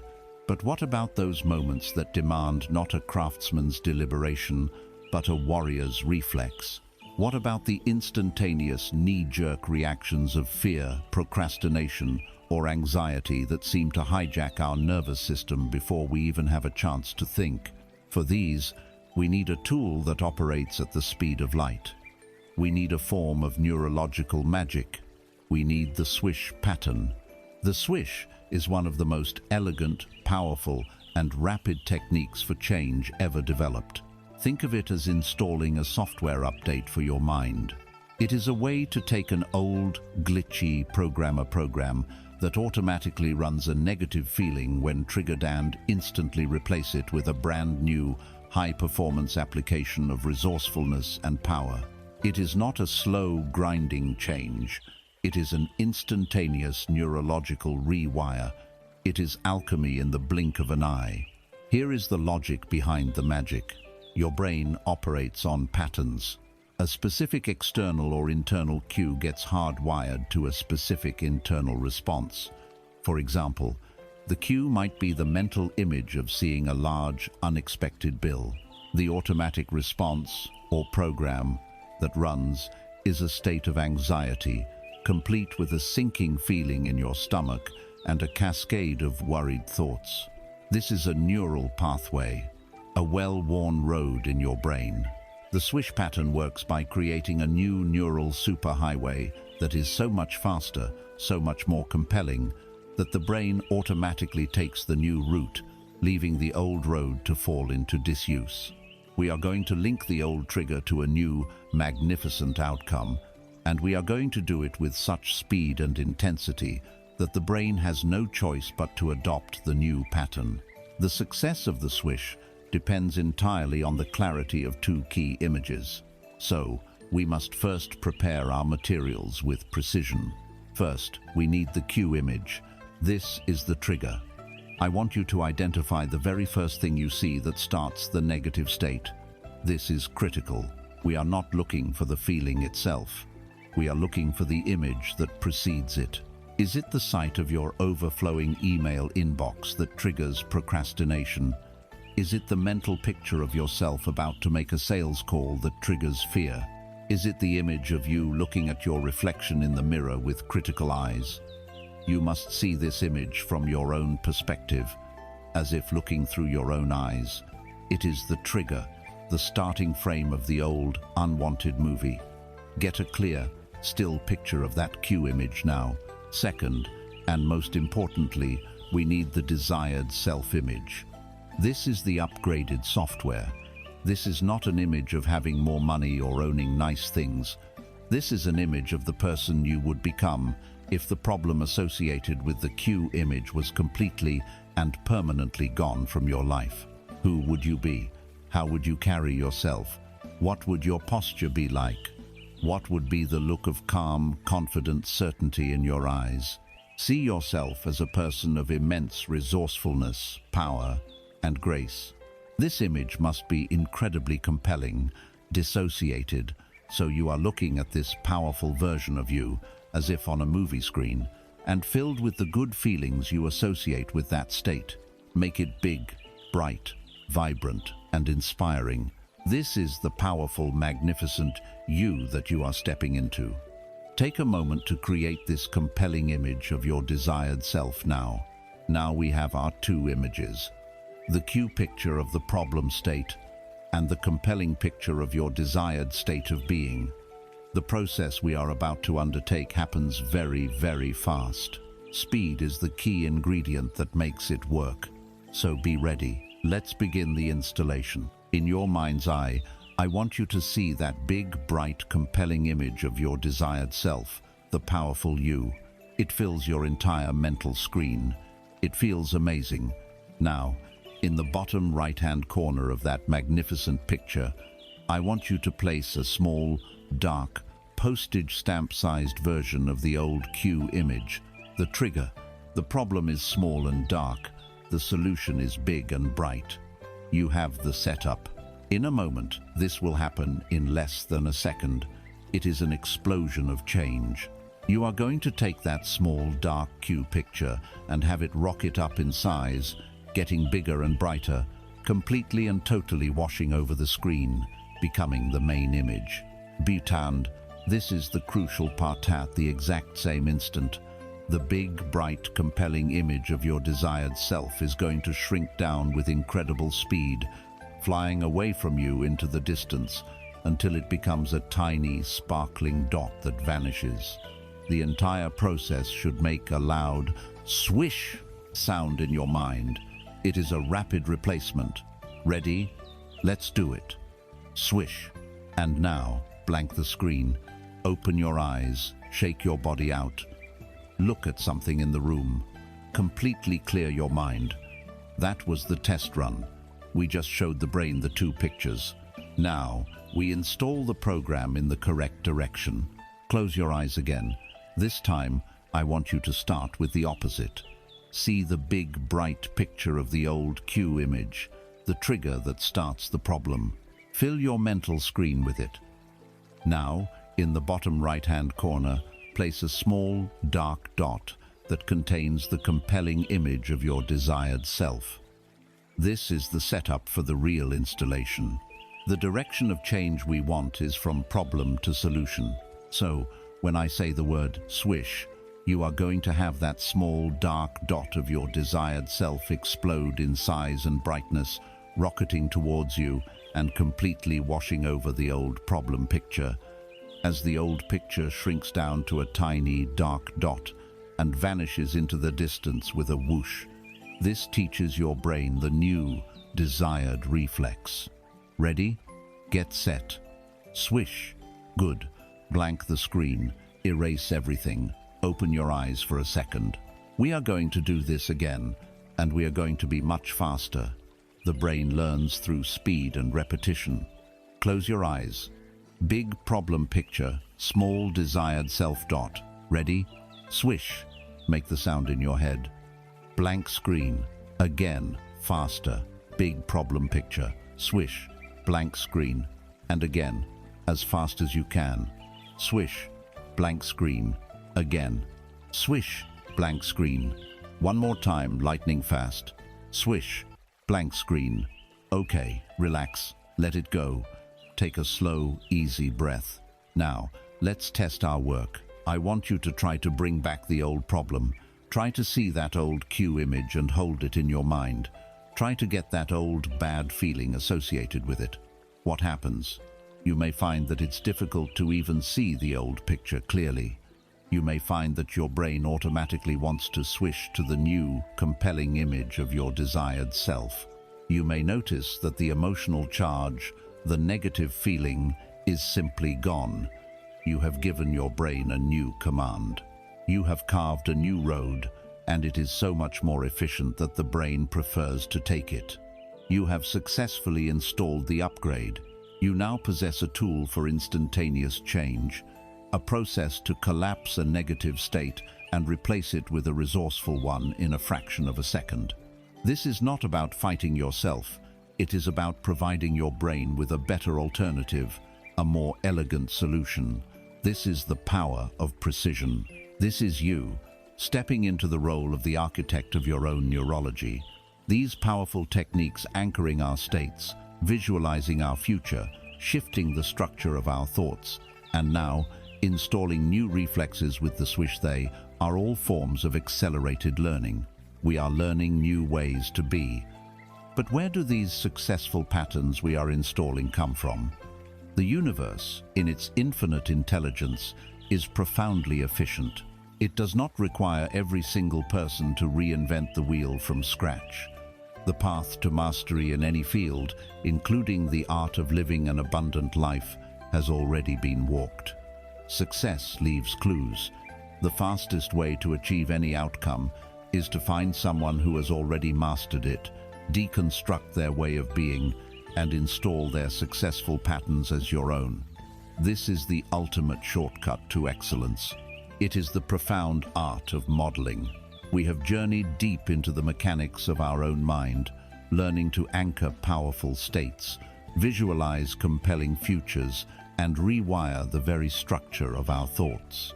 We have assembled a powerful toolkit for internal change, but now we turn to a principle so profound, so efficient, that it can accelerate your journey exponentially. It is the universe's great secret to rapid growth, a truth hidden in plain sight. It is the art and science of modeling excellence. Our culture worships the myth of the solitary genius, the lone inventor who toils in isolation and creates something from nothing. This is a romantic and deeply flawed story. The truth is that all great achievement is built upon what came before. The most brilliant minds in history understood this. They stood on the shoulders of giants to see a new horizon. Learning does not happen in a vacuum. From the moment we are born, we are modeling machines. We learn to walk, to talk, to laugh, to use a fork, not through explicit instruction, but by observing and unconsciously modeling the people around us. This is humanity's primary learning strategy. And yet, as adults, we forget this. We believe we must figure everything out for ourselves, hacking our way through the jungle of life with a blunt machete of trial and error. The principle of modeling excellence posits that if one human being on this planet can achieve a certain result, then it is possible for another to achieve it as well, provided they can accurately model the inner strategy of the first person. Success is not an accident. It is the result of a specific internal strategia, combination of beliefs, thoughts, and behaviors that consistently produces a result. That strategy can be decoded, learned, and applied. If you want to achieve a state of financial freedom, of profound peace, or of creative genius, you do not have to guess. The path has already been walked. The blueprint already exists. Your task is not to invent the blueprint, but to become a master decoder of it. This goes far beyond simple imitation. Many people try to model success by copying only the superficial actions of those they admire. They buy the same car, wear the same clothes, or follow the same morning routine, and then wonder why they do not get the same results. This is because they are only modeling the most obvious, external layer. True, effective modeling operates on three distinct levels. The first level is behavior and physiology. This is what the person does. What are their daily habits? How do they manage their time? How do they speak? What is their tempo, their tonality? How do they carry their body? What is their posture like when they are feeling confident versus when they are feeling challenged? This level is observable and important. Your physiology is a direct gateway to your emotional state. By adopting the posture of a confident person, you can begin to feel more confident. This is the outer shell of excellence. The second, deeper level is their mental strategy. This is how the person thinks. What is the specific sequence of thoughts they run in their mind to produce a result? When faced with a major business decision, what questions do they ask themselves? When they experience a setback, how do they speak to themselves internally? Do they immediately ask, "What is the lesson here?" Or, "How can I use this?" Do they visualize success in a particular way? This is their internal software, the syntax of their thought process. Discovering this requires more than simple observation. It requires detective work, reading their biographies, listening to their interviews, paying close attention to the language they use to describe their own inner world. The third and most profound level is their beliefs and values. This is who the person is. This is the source code from which all their strategies and behaviors are generated. What are their unshakable core beliefs about the world? What must they believe about themselves to take the actions they take? What are their fundamental beliefs about money? Do they see it as a tool, a form of energy, a game, or a scarce resource? What do they believe about failure, about time, about other people? And what do they value most? Is it freedom, security, impact, growth, connection? When you can uncover and begin to adopt the core beliefs and values of a master, you are not just copying their actions, you are beginning to see the world through their map. This is where true transformation occurs. Imagine you want to find a lost city of gold on the other side of a vast, dense jungle. This is your goal of financial abundance. The average person takes a compass and a machete and starts hacking their way through the undergrowth. They get lost, they get tired, they are attacked by unexpected creatures, and most eventually give up. This is trying to figure it out all on your own. The wise modeler, however, finds a guide who has made the journey many times. But the modeler does more than just follow the guide's footsteps. They study everything. They ask, "What kind of map are you using?" This is the guide's belief system. What kind of boots do you wear, and how do you place your feet? This is their physiology.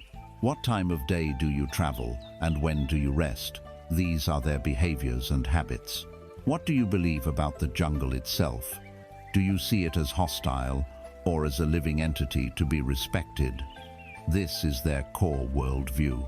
By understanding the entire strategy, the modeler learns not just one path, but the principles of navigating the jungle. They can then create their own, perhaps even better, path. So, how do you begin? First, you must choose your model. This can be anyone: a famous entrepreneur, a historical figure, a spiritual leader, a mentor, even a character in a book. The key is that they consistently produce the results and embody the state of being that you wish to achieve. You can even create a composite model, taking the financial acumen of one, the peaceful demeanor of another, and the creativity of a third. Once you have your model, you become a detective. Consume their work, read their books, listen to their speeches, but do so with a new level of awareness. Listen not just for information, but for structure. Ask the modeling questions. What must this person believe about the world to say that? What question did they likely ask themselves to come to that conclusion? What are their most frequently used words? These words often point to their highest values. What are the metaphors they live by? Do they talk about business as a war, a game, or a garden to be cultivated? The metaphor reveals the frame. Then, you begin the process of embodiment. You act as if, for one day, choose one core belief of your model, for example, the belief that every problem contains an opportunity, and live your entire day through that filter. When a challenge arises, consciously ask yourself, how would my model view this situation? What would they do?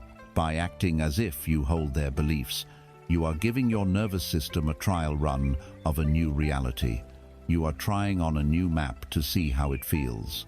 It is crucial to understand that the goal of modeling is not to become a second-rate copy of someone else. The goal is to expand your own range of capabilities. You are borrowing a master's toolkit in order to build your own unique masterpiece. You learn their strategies to enrich your own, not to replace it. Modeling is the bridge that takes you from where you are to where you want to be, but once you are across, you must walk your own authentic path. You do not need to struggle in the dark. The blueprints for success in any domain are all around you, waiting for a curious mind and a humble heart to decode them. The universe is a generous teacher, and it has left the answers you seek in the lives of those who have come before. Stand on the shoulders of giants, and a horizon of possibility will open up that you never imagined. This process of modeling gives you new beliefs, new strategies, and an expanded sense of what is possible for you. But as you integrate these new ways of being, they must become truly yours. They cannot be a mask you wear. Every part of you, your conscious, thinking mind, your deep, feeling heart, and your primal, instinctual gut must come into alignment with this new, empowered identity. When head, heart, and gut are all in agreement, you achieve a state of internal harmony and unstoppable momentum. This is the profound power of congruence, and it is the next essential stage of our journey. We have explored the art of modeling excellence, of standing on the shoulders of giants to see our own path more clearly. This process brings new ideas, new strategies, and new beliefs into our sphere of awareness. But often, this is where the most subtle and difficult inner work begins. For what happens when a new, conscious belief learned from a book or a mentor declares war on an old, subconscious fear learned in childhood? What happens when your mind says yes, but your heart says perhaps, and your gut screams no? This is the state of incongruence. It is the state of being in a silent, internal civil war with yourself. Have you ever felt as though you were driving a car with one foot pressed firmly on the accelerator and the other slammed on the brake? That lurching, grinding, frustrating state of making immense effort but going nowhere is the feeling of incongruence. It is the root cause of self-sabotage, of chronic procrastination, of starting projects with immense enthusiasm only to find your energy mysteriously vanishes weeks later. This internal conflict is profoundly draining. It is the single greatest consumer of your vital life force. Congruence, on the other hand, is the state of radical wholeness. It is a state of inner peace and effortless power that arises when every part of your being is in complete and harmonious agreement. It is when your conscious thoughts, your deepest emotions, and your primal instincts are all aligned, all pointing in the same direction, all saying the same, unequivocal yes. When you are congruent, the war is over. The brakes are released, and you begin to move forward with a grace and momentum you never thought possible. To achieve this state, we must first recognize that we have at least 3 distinct centers of intelligence within us, each with its own language, its own wisdom, and its own agenda. First, there is the intelligence of the head. This is the seat of logic, reason, analysis, and language. It is the part of you that is listening to these words right now, that sets goals, that makes plans, and that learns new strategies. The head is a brilliant and necessary analyst, but its danger lies in being disconnected from feeling. It can create a perfectly logical plan that your heart has no passion for, or that your gut perceives as a mortal threat. Second, there is the intelligence of the heart. This is the center of emotion, connection, values, and compassion. The heart does not ask, "Is this logical?" It asks, "Does this feel right? Does this align with my deepest values? Does this bring me joy and connect me to others?" The heart is the source of your passion and your empathy, but its danger lies in being swayed by sentimentality or fear, untethered from the clarity of reason. Third, there is the ancient intelligence of the gut. This is your primal brain, the seat of instinct, intuition, and survival. It does not speak in words or complex emotions, but in raw physical sensation. It is the knot of dread in your stomach, the surge of energy that says, "Act now," the deep feeling of unease that warns you something is wrong. The gut's primary directive is to keep you safe. Its danger is that its definition of safety is based on past experiences, and it will often resist any new venture or change, no matter how logical or joyful, if it perceives it as a threat to the familiar status quo. Imagine you are an orchestra. The head is the composer. It has written a magnificent, complex symphony titled "My Abundant and Fulfilling Life." The heart is the conductor. It holds the composer's sheet music, but it is also listening to the audience and feeling the mood of the room. And the gut is the entire section of musicians, each with their own instrument ready to play.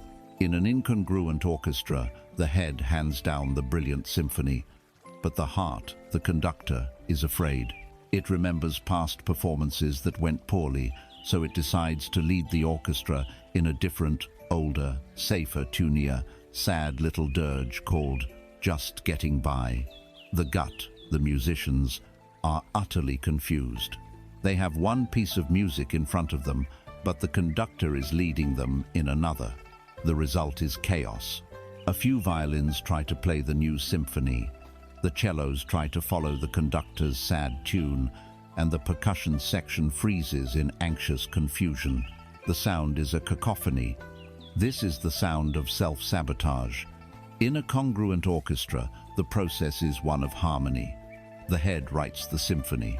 The heart, the conductor, looks at the music and feels its beauty and power, becoming filled with passion to bring it to life.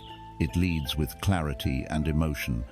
The gut, the musicians, feeling the unified and passionate leadership from both the composer and the conductor, relax and play with power, skill, and precision. The result is a sound so pure, so powerful, so resonant, that it captivates the entire concert hall of reality. This is the sound of effortless creation. So how do we bring our own inner orchestra into harmony? We must become a wise and compassionate diplomat, facilitating a conversation between our different parts. Let us practice this now. Bring to mind a goal you have, something you desire but find yourself resisting or procrastinating on. Close your eyes.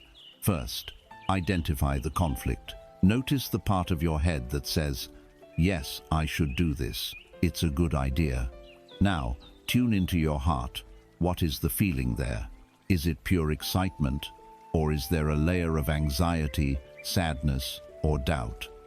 Finally, tune into your gut. What is the raw physical sensation in your stomach or your chest?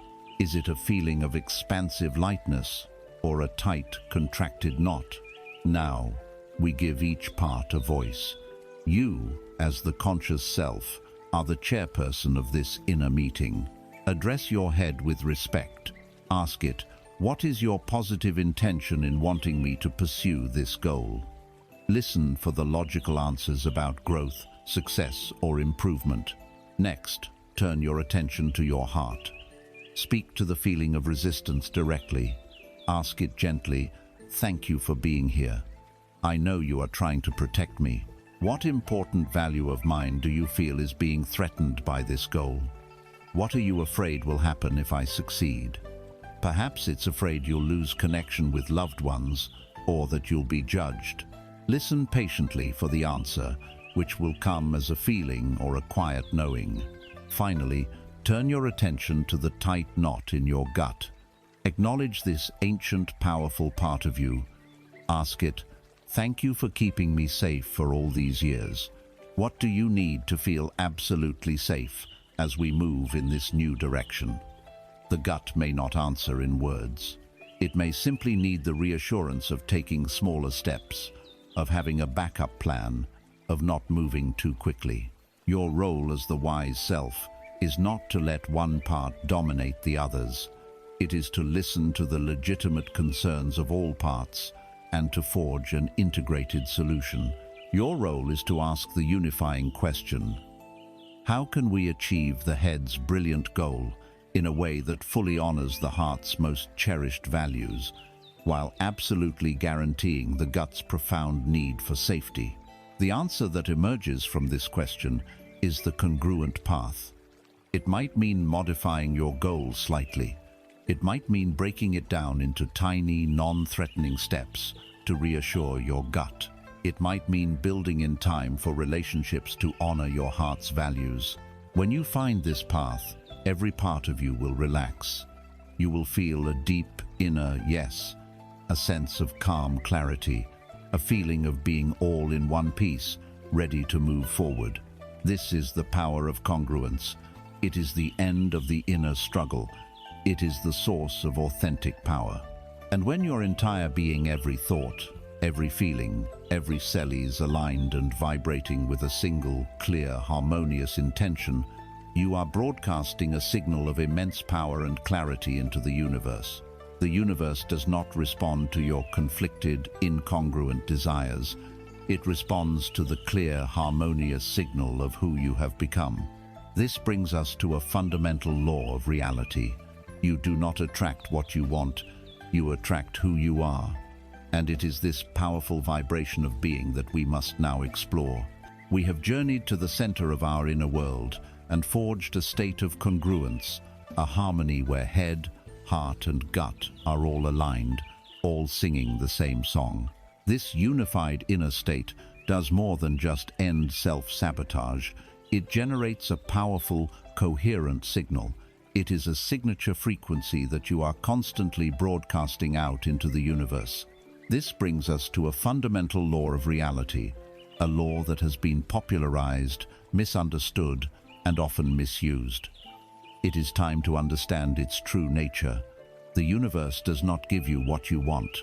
It gives you what you are. For years, many have chased the law of attraction, treating it like a cosmic vending machine. They have written lists of desires, they have chanted affirmations, they have pleaded with the universe for a new car, for more money, for a perfect partner. And for many, the results have been disappointing. Why? Because they have been operating from the very frequency they are trying to escape. To desperately want something is to send out a powerful, undeniable signal of not having it. Wanting is a prayer to the god of lack. It is an affirmation of absence. The universe, in its perfect impersonal logic, simply receives your broadcast of "I do not have" and graciously sends you more experiences of not having. The secret is to shift your entire understanding of the law. It is not the law of wanting, it is the law of being, it is the law of vibration, and your vibration is the sum total of your congruent inner state. It is the dominant emotional and energetic frequency you inhabit throughout your day, generated by the harmony or disharmony of your thoughts, feelings, and physical sensations. You have felt this 1,000 times. You walk into a room after an argument and you can cut the tension with a knife. That is a palpable, low, dense vibration. You meet someone who radiates warmth and joy, and you feel instantly at ease in their presence. That is a high, light, coherent vibration. This is not fantasy. It is physics. Everything is energy, and energy resonates with like energy. Imagine you are the most powerful broadcasting tower in existence. Your tower is constantly emitting a signal, a specific frequency that is the signature of your being. This signal is composed of your deepest beliefs, your dominant emotions, and the state of your nervous system. Let's say that the frequency of deep-seated lack, fear, and worry is 88.7 FM. When you are broadcasting on this frequency, your life becomes a radio receiver perfectly tuned to 88.7 FM. The universe can only play you the songs from that station, the song of unexpected bills, the song of missed opportunities, the song of frustrating relationships. You can scream at the radio, you can beg it to play the beautiful music you know is on another station, but it cannot. It is physically impossible for a receiver tuned to 88.7 FM to pick up the broadcast from 108.0 FM. Now, imagine that 108.0 FM is the frequency of abundant peace. The broadcast from this station is one of gratitude, calm certainty, creative flow, and joyful ease. Its songs are melodies of synchronicity, of right place, right time moments, of graceful solutions and unexpected windfalls. To experience this reality, you cannot just wish for it. You must change your own broadcast. You must retune your own tower. You must become a 108.0 FM being. All the tools we have gathered on this journey, reframing the past, choosing our language, anchoring powerful states, visualizing our fulfilled future, and achieving congruence, have all been for this single purpose: to consciously and deliberately change your vibrational frequency. This leads to the most important paradigm shift you will ever make, the shift from a life of doing to a life of being. The scarcity model that the world has taught you is an outward-in approach. It says, I must do more, work harder, struggle more, in order to get the things I want, so that one day I can finally be happy and peaceful. It is a life of endless chasing, a horizon that always recedes as you approach it. The abundance model, the model of the conscious creator, is the complete opposite. It is an inside-out approach. It says, my primary work is to first be the person of peace, abundance, and wholeness. From that state of being, I will be inspired to do the things that are in natural alignment with that frequency. And as I do those things, I will effortlessly have the experiences and resources that match the person I have become. Stop chasing the butterfly of riches.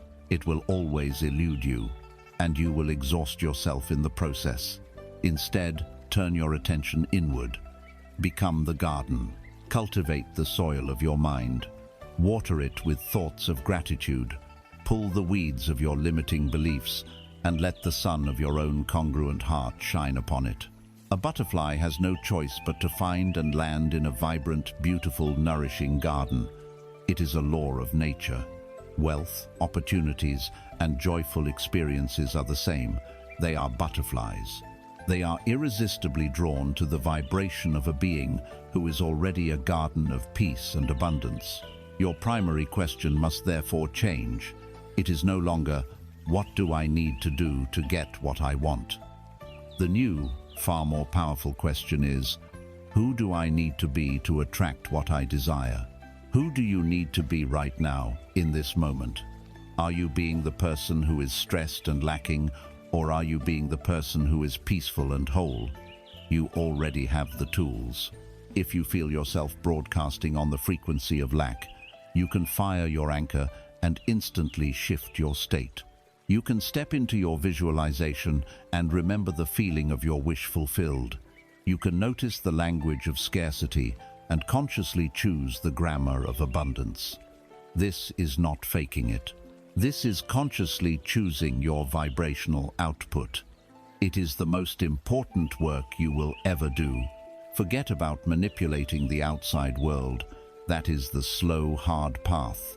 The path of the master is to manipulate the inner world, your own state of being. When you change your being, your reality has no choice but to change, to match it. It is law. It is resonance.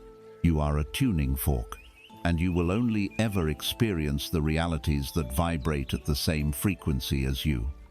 Do not chase the reflection in the mirror. Work on the face that is casting the reflection. Your state of being is the cause. Your reality is the effect. So let go of the struggle. Let go of the chase. Your only focus is this: who am I being right now? What am I broadcasting? The cultivation of this magnificent inner garden, this state of being, is not a loud, forceful, or busy process. In fact, the most profound shifts in our vibration, the moments when we most deeply connect with the frequency of abundance, occur when we are not striving at all. They happen in the moments of profound stillness. To truly become the garden, you must first learn to appreciate the fertile ground from which all things grow. You must discover the unimaginable wealth of silence. We have spoken of the vibration of being, of becoming a garden to attract the riches you desire. We have explored the power of aligning your inner world to generate a coherent signal to the universe. Now, we arrive at the most profound, the most paradoxical, and the most peaceful truth of all. The cultivation of your being, the enrichment of your inner garden, is not accomplished through more effort, more action, or more noise. It is accomplished in the exact opposite. The ultimate source of power, creativity, and true abundance is found not in the striving, but in the stillness. It is discovered in the unimaginable wealth of silence. Our world screams at you to do more, to be more, to hustle harder. The hypnosis of scarcity tells you that if you stop moving, you will be left behind, that if you are not producing, you are not valuable. This is the greatest lie of all. The thinking mind, the voice in your head that we have spoken of, is a machine designed to analyze, to compare, to worry, and to plan based on information from the past. It is a tool for survival, but it is not a tool for creation. True creation, true inspiration, the brilliant idea that can change your life, the elegant solution to a complex problem, these things do not arise from the noisy chatter of the thinking mind. They arise from the space between the thoughts. They are born from the fertile void of silence. Imagine your mind is a deep lake. For most people, this lake is in a constant state of turmoil. The winds of daily anxiety, the undercurrents of future worries, and the constant churn of mental chatter keep the water perpetually stirred up. The mud and sediment from the bottom are mixed throughout, making the water brown and opaque. You cannot see more than an inch below the surface. When you are in this state and you try to find an answer or a solution, your frantic thinking only stirs the mud more, making the water even murkier. You are trying to find a lost jewel by thrashing around in a muddy lake. It is impossible. Now, imagine you decide to stop. You cease the struggle. You sit peacefully on the shore of your own mind. You do not try to stop the wind or calm the waters. You simply sit and you watch. This is the practice of meditation, of conscious stillness. As you withdraw your energy and attention from the thoughts, as you let them pass by without grabbing onto them, the wind naturally begins to subside. And as the surface becomes calm, a miracle happens.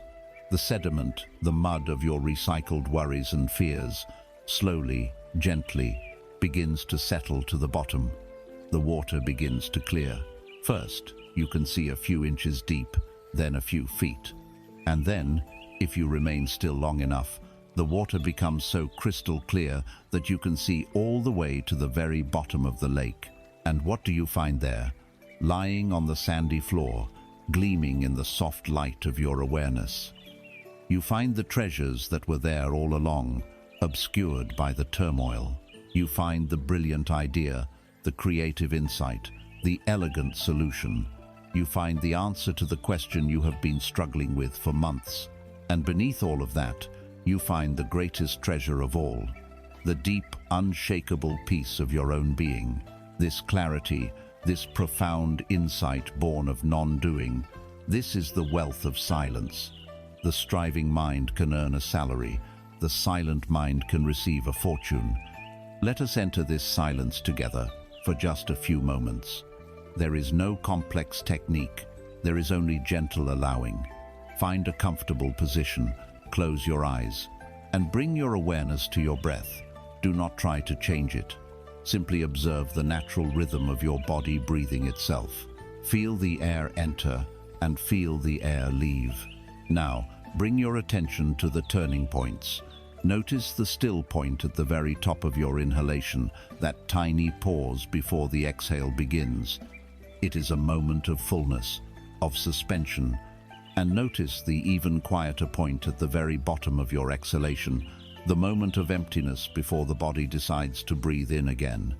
In these gaps between the breaths lies a doorway. In that stillness, there is no past, no future. There is no problem to solve. There is no goal to achieve. There is only pure, silent awareness. Rest in that gap for a moment. It is the home of your true self. Now, allow your awareness to expand to include sound. But do not listen to the sounds themselves, the hum of a machine, a distant voice, the sound of my voice. Instead, listen to the silence behind the sounds. Listen to the vast, quiet canvas upon which all sounds are painted. Sound is temporary, silence is eternal. It is the womb from which all sound is born, and the tomb to which all sound returns.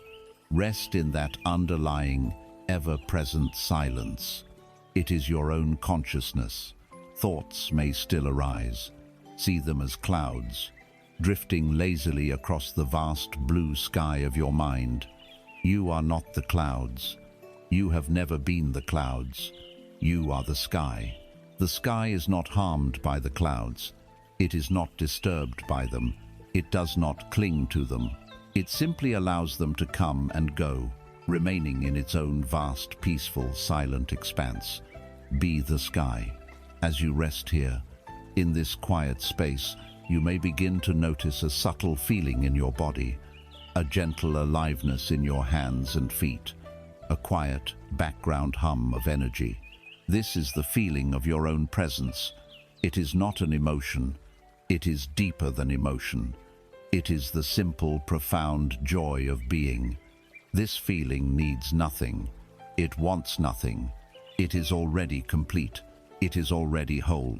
This is the vibration of pure abundance. It is the frequency of the garden we spoke of. It is you, in your natural state. This is the treasure at the bottom of the lake. The noise of the world and the chatter of your mind have convinced you that your wealth lies somewhere out there, in the future, after immense struggle. But all the external riches in the world are but a pale reflection of this inner wealth of silence. When you touch this space regularly, you are calibrating yourself to the frequency of creation. It is from this stillness that inspired action arises, action that is effortless, effective, and joyful. It is from this silence that the perfect idea will be downloaded into your mind, an idea that feels less like something you thought of and more like something you remembered. Do not mistake this stillness for emptiness. It is fullness itself. It is the field of infinite potential. It is the source code of the universe. To make time for silence in your life is not an indulgence. It is the most practical and powerful investment you can ever make in your own well-being and prosperity. 10 minutes spent in conscious stillness can be more productive than 10 hours of frantic, worried activity. Because in that silence, you are aligning with the creative intelligence that orchestrates the entire cosmos. When you emerge from this quiet space, you are different. The world has not changed, but you have. You are more present, you are calmer, you are clearer. The loud, demanding voice of the egoic mind has subsided, and because of this, you can now begin to hear a more subtle, more ancient, and more truthful form of guidance. You can begin to understand the wisdom that is spoken without words. From the profound stillness of the mind, you learn to listen to the silent language of your own physiology. We have journeyed into the profound stillness that lies at the center of our being, discovering it not as an emptiness, but as a fullness, the very source of creation. When the loud, incessant chatter of the thinking mind subsides, we begin to perceive a deeper, more ancient form of intelligence. We learn to listen to the wisdom that is spoken without words. We learn to understand the silent language of physiology. For centuries, our culture has worshipped the mind as the seat of power, treating the body as little more than a vehicle, a flesh and bone taxi service for the all-important brain. We have been taught to think our way out of problems, to analyze our feelings into submission. But this is only half of the conversation. Your body is not a dumb servant. It is an intelligent, conscious system, a vast processing center that is constantly sending and receiving information. The communication between your mind and your body is not a one-way street from head to toe. It is a dynamic, continuous feedback loop. And learning to consciously use the body's side of this conversation is the ultimate shortcut to mastering your emotional state. We have all experienced the mind-to-body connection. You have a worried thought, and your mind sends a signal to your body. Your body obediently responds by producing stress hormones like cortisol, tensing the muscles in your shoulders, making your breathing shallow and rapid, and creating a knot in your stomach. But here is the secret that has been overlooked. The street runs both ways, and the body's lane is often faster and more powerful. By consciously, deliberately changing your physical state, you send an undeniable command back to your brain, forcing it to change its chemistry and, therefore, its emotional output. You cannot hold a posture of supreme confidence for 2 minutes without your brain reducing cortisol and increasing the hormones associated with dominance and risk tolerance. You cannot breathe slowly and deeply for 60 seconds without signaling to your nervous system that you are safe, shutting down the fight or flight response. Think of it this way. Your mind is the software, and your body is the hardware. When your software gets stuck in a loop, the spinning wheel of death, that is an anxiety attack or a depressive spiral trying to fix the problem with more software, more thinking, more worrying, often just makes the crash worse. What is the fastest way to fix a frozen computer? You don't argue with the software. You perform a hard reboot. You unplug the hardware and plug it back in. Your physiology is the control panel for your own hard reboot. Changing your posture, your breathing, and your facial expression is the biological equivalent of pressing Ctrl-Alt-Delete on a negative emotional state. It interrupts the faulty program at the physical level, forcing the mind to restart in a new, more resourceful state. Let us perform this reboot right now. This is not a mental exercise. This is a physical one. I want you to feel the truth of this in your own body. First, let's explore posture, the shape of power. Wherever you are, I want you to adopt a low-power pose. Deliberately slump your shoulders forward, curve your spine. Let your head hang down and your gaze fall to the floor. Make your body small, contracted, closed. Hold this posture. Now, with your body in this shape, try to feel powerful. Try to feel confident and optimistic. It is almost impossible, isn't it? This posture is the physical shape of sadness, of defeat, of shame. It sends a direct signal to your brain. We are weak. We are defeated. behave accordingly. Now, let's reverse it. I want you to stand up if you can, or sit as tall as possible. Pull your shoulders back and down, opening up your chest. Lift your chin so your gaze is level with the horizon. Take up space. Place your hands on your hips in a classic power pose, or simply hold your arms out wide. Make your body big, open, and expansive. I want you to hold this posture for just 1 minute. As you hold it, breathe deeply into your belly. Feel the physical sensation of taking up space, of being open and unapologetic. Even if it feels strange at first, hold it. This posture is the physical shape of confidence, of pride, of victory. As you hold it, you are telling your brain a different story. You are sending a new command. We are strong, we are confident, we are safe. Notice the subtle, or perhaps not so subtle, shift in your internal state. You feel more alert, more capable, more optimistic. You have changed your mind by simply changing the shape of your body. Next, let's use the breath, the rhythm of life. The signature of fear is short, shallow, rapid breathing from the top of the chest. This is the ancient hyperventilation response that prepares the body for immediate, intense action. But in our modern world, we live in this state for hours, flooding our systems with stress. We can interrupt this instantly. Let's practice a simple, powerful pattern called box breathing. We will inhale for a count of 4, hold for 4, exhale for 4, and hold for 4. Let's do it together. Inhale, 2, 3, 4. Hold, 2, 3, 4. Exhale, 2, 3, 4. Hold, 2, 3, 4. Hold, 2. Again. Inhale deeply into your belly. 2, 3, 4. Hold the air. 2, 3, 4. Release it slowly. 2, 3, 4. Hold the emptiness. 2, 3, 4. This simple rhythmic pattern is one of the most powerful signals of safety you can send to your nervous system. It is physically impossible to be in a state of panic while you are breathing this way. You have taken manual control of your own relaxation response. Finally, let's explore the facial feedback loop, the smile of creation.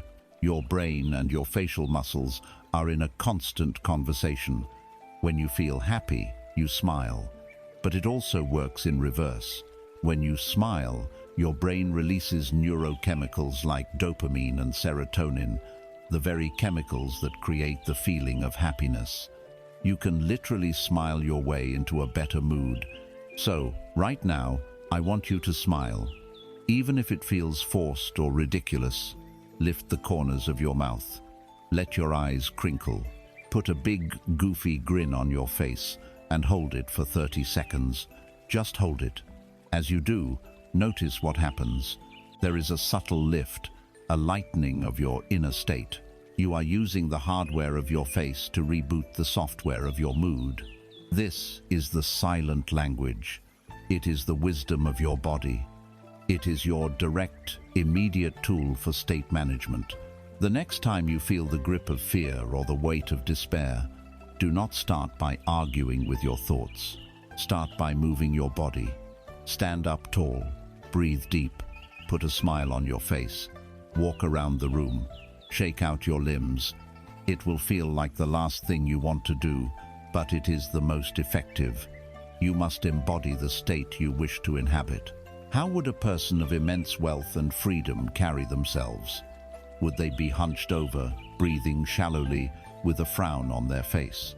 Or would they stand tall, breathe with ease, and move through the world with an open and relaxed posture? You must adopt the physiology of the person you are becoming. Your body is not a prison for your mind. It is your most powerful ally in the art of creation. It is your anchor in the present moment, your barometer for truth, and your most immediate and powerful tool for changing your state. You are not at the mercy of your moods.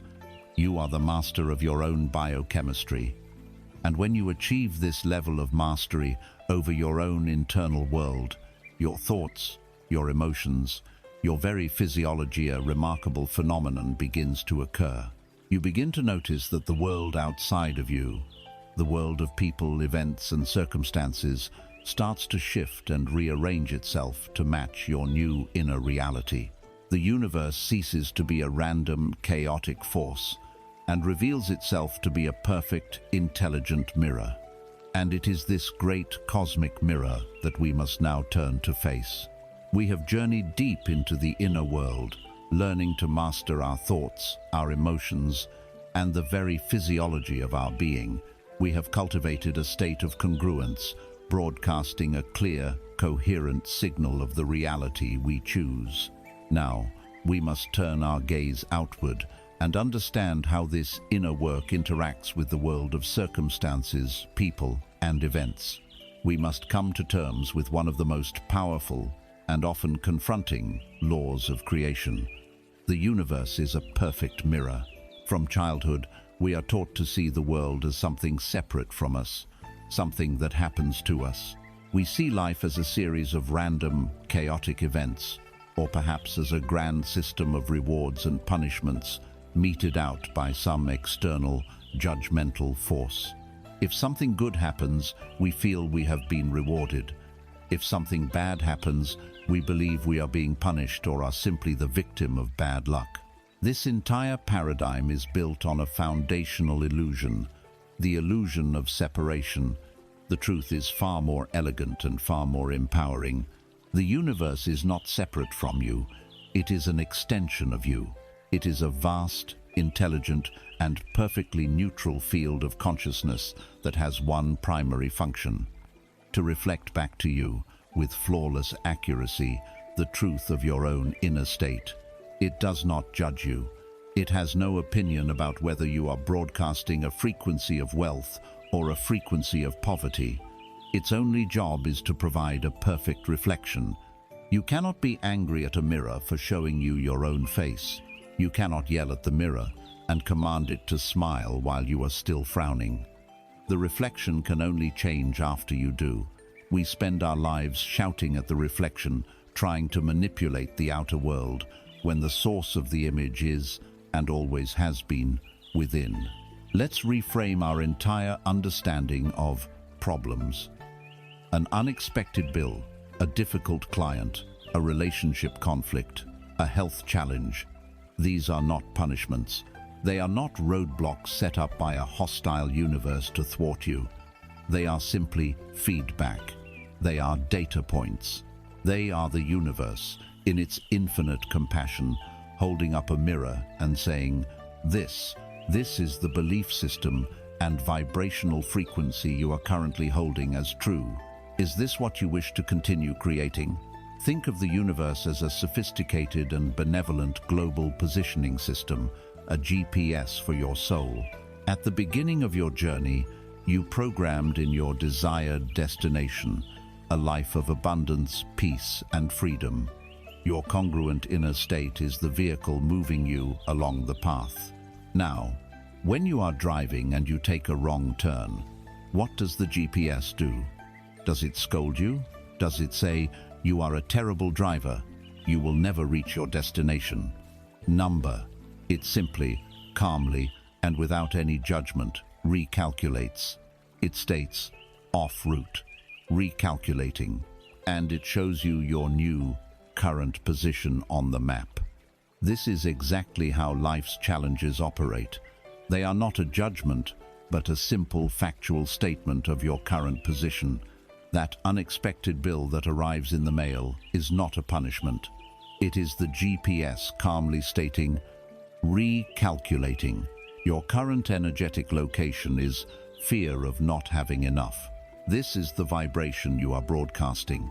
That business deal that falls through at the last minute is not a sign that you are doomed to fail.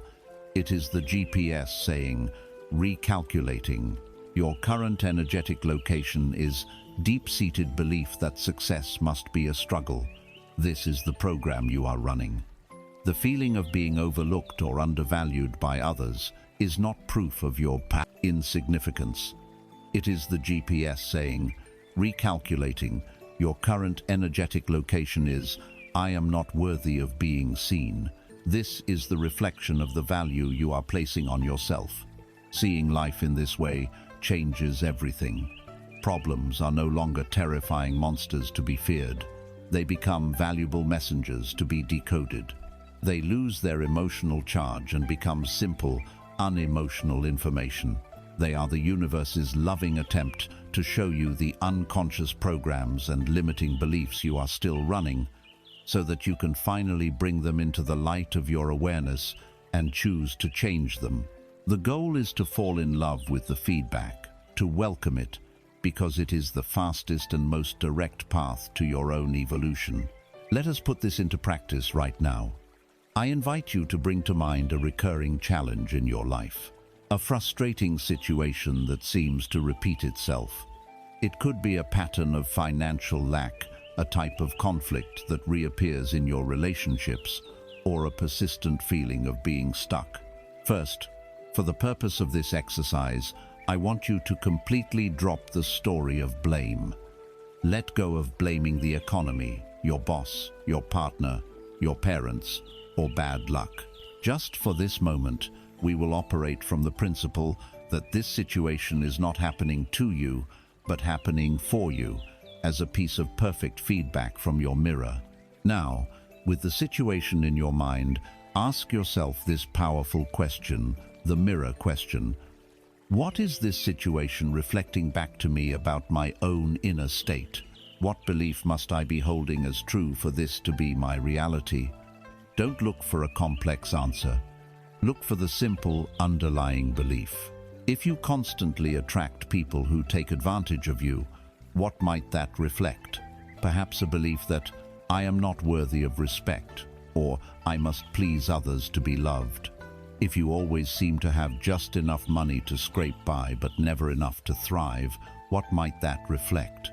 Perhaps a belief that life is a struggle, or I am only worthy of just enough. If you cannot find the belief, follow the feeling.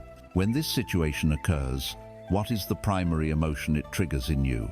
Is it fear, unworthiness, anger, powerlessness? That feeling is the real clue. The feeling is the vibration you are carrying inside you, and the external situation is simply the event that the universe has orchestrated to make you aware of the feeling you are already broadcasting. Once you have identified the reflection, the belief, the feeling, the next step is the most radical of all. You must thank the messenger. Feel a sense of genuine gratitude for the problem. Say, either out loud or to yourself, thank you for this feedback. Thank you for showing me this belief that I was holding unconsciously. Thank you for this opportunity to see myself more clearly, so that I may now heal and release this pattern. This act of gratitude completely short-circuits the victim mindset. It shifts you from a position of powerlessness to a position of profound creative power. You are no longer the one being acted upon. You are the one who is observing, learning, and consciously choosing your next move. This is the meaning of true responsibility, not blame, but the ability to respond. You are the cause of the reflection you see in the mirror. You are the source of the signal that the universe is responding to. This is the ultimate empowerment. It means that if you do not like the reflection, you hold 100% of the power to change it by changing yourself. Life ceases to be a battleground and becomes a dance floor. Your circumstances are not your adversary. They are your dance partner, perfectly mirroring your every step, guiding you, showing you where you are out of rhythm, helping you to become a more graceful and masterful dancer. When you fully grasp this law of reflection, when you truly know in your bones that what you put out is what you get back, a new and joyful strategy for creating the life you desire reveals itself. If you want to see a smile in the mirror, you must smile first. If you want to receive love, you must radiate love. If you want to experience abundance, you must come from a place of abundance. The act of giving is no longer a sacrifice.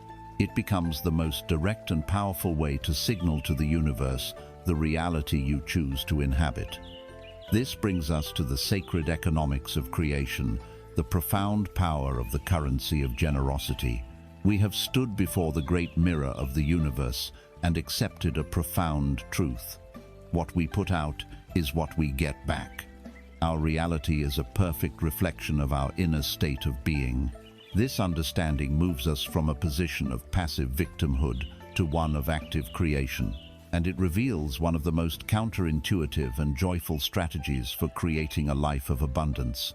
If the universe simply mirrors our broadcast, then the fastest way to experience receiving is to begin the act of giving. We must learn to transact in the most powerful currency in the universe, the currency of generosity. The mindset of scarcity, the hypnosis we have been working to dissolve, teaches a simple and flawed logic. Wealth is a finite thing to be acquired and hoarded.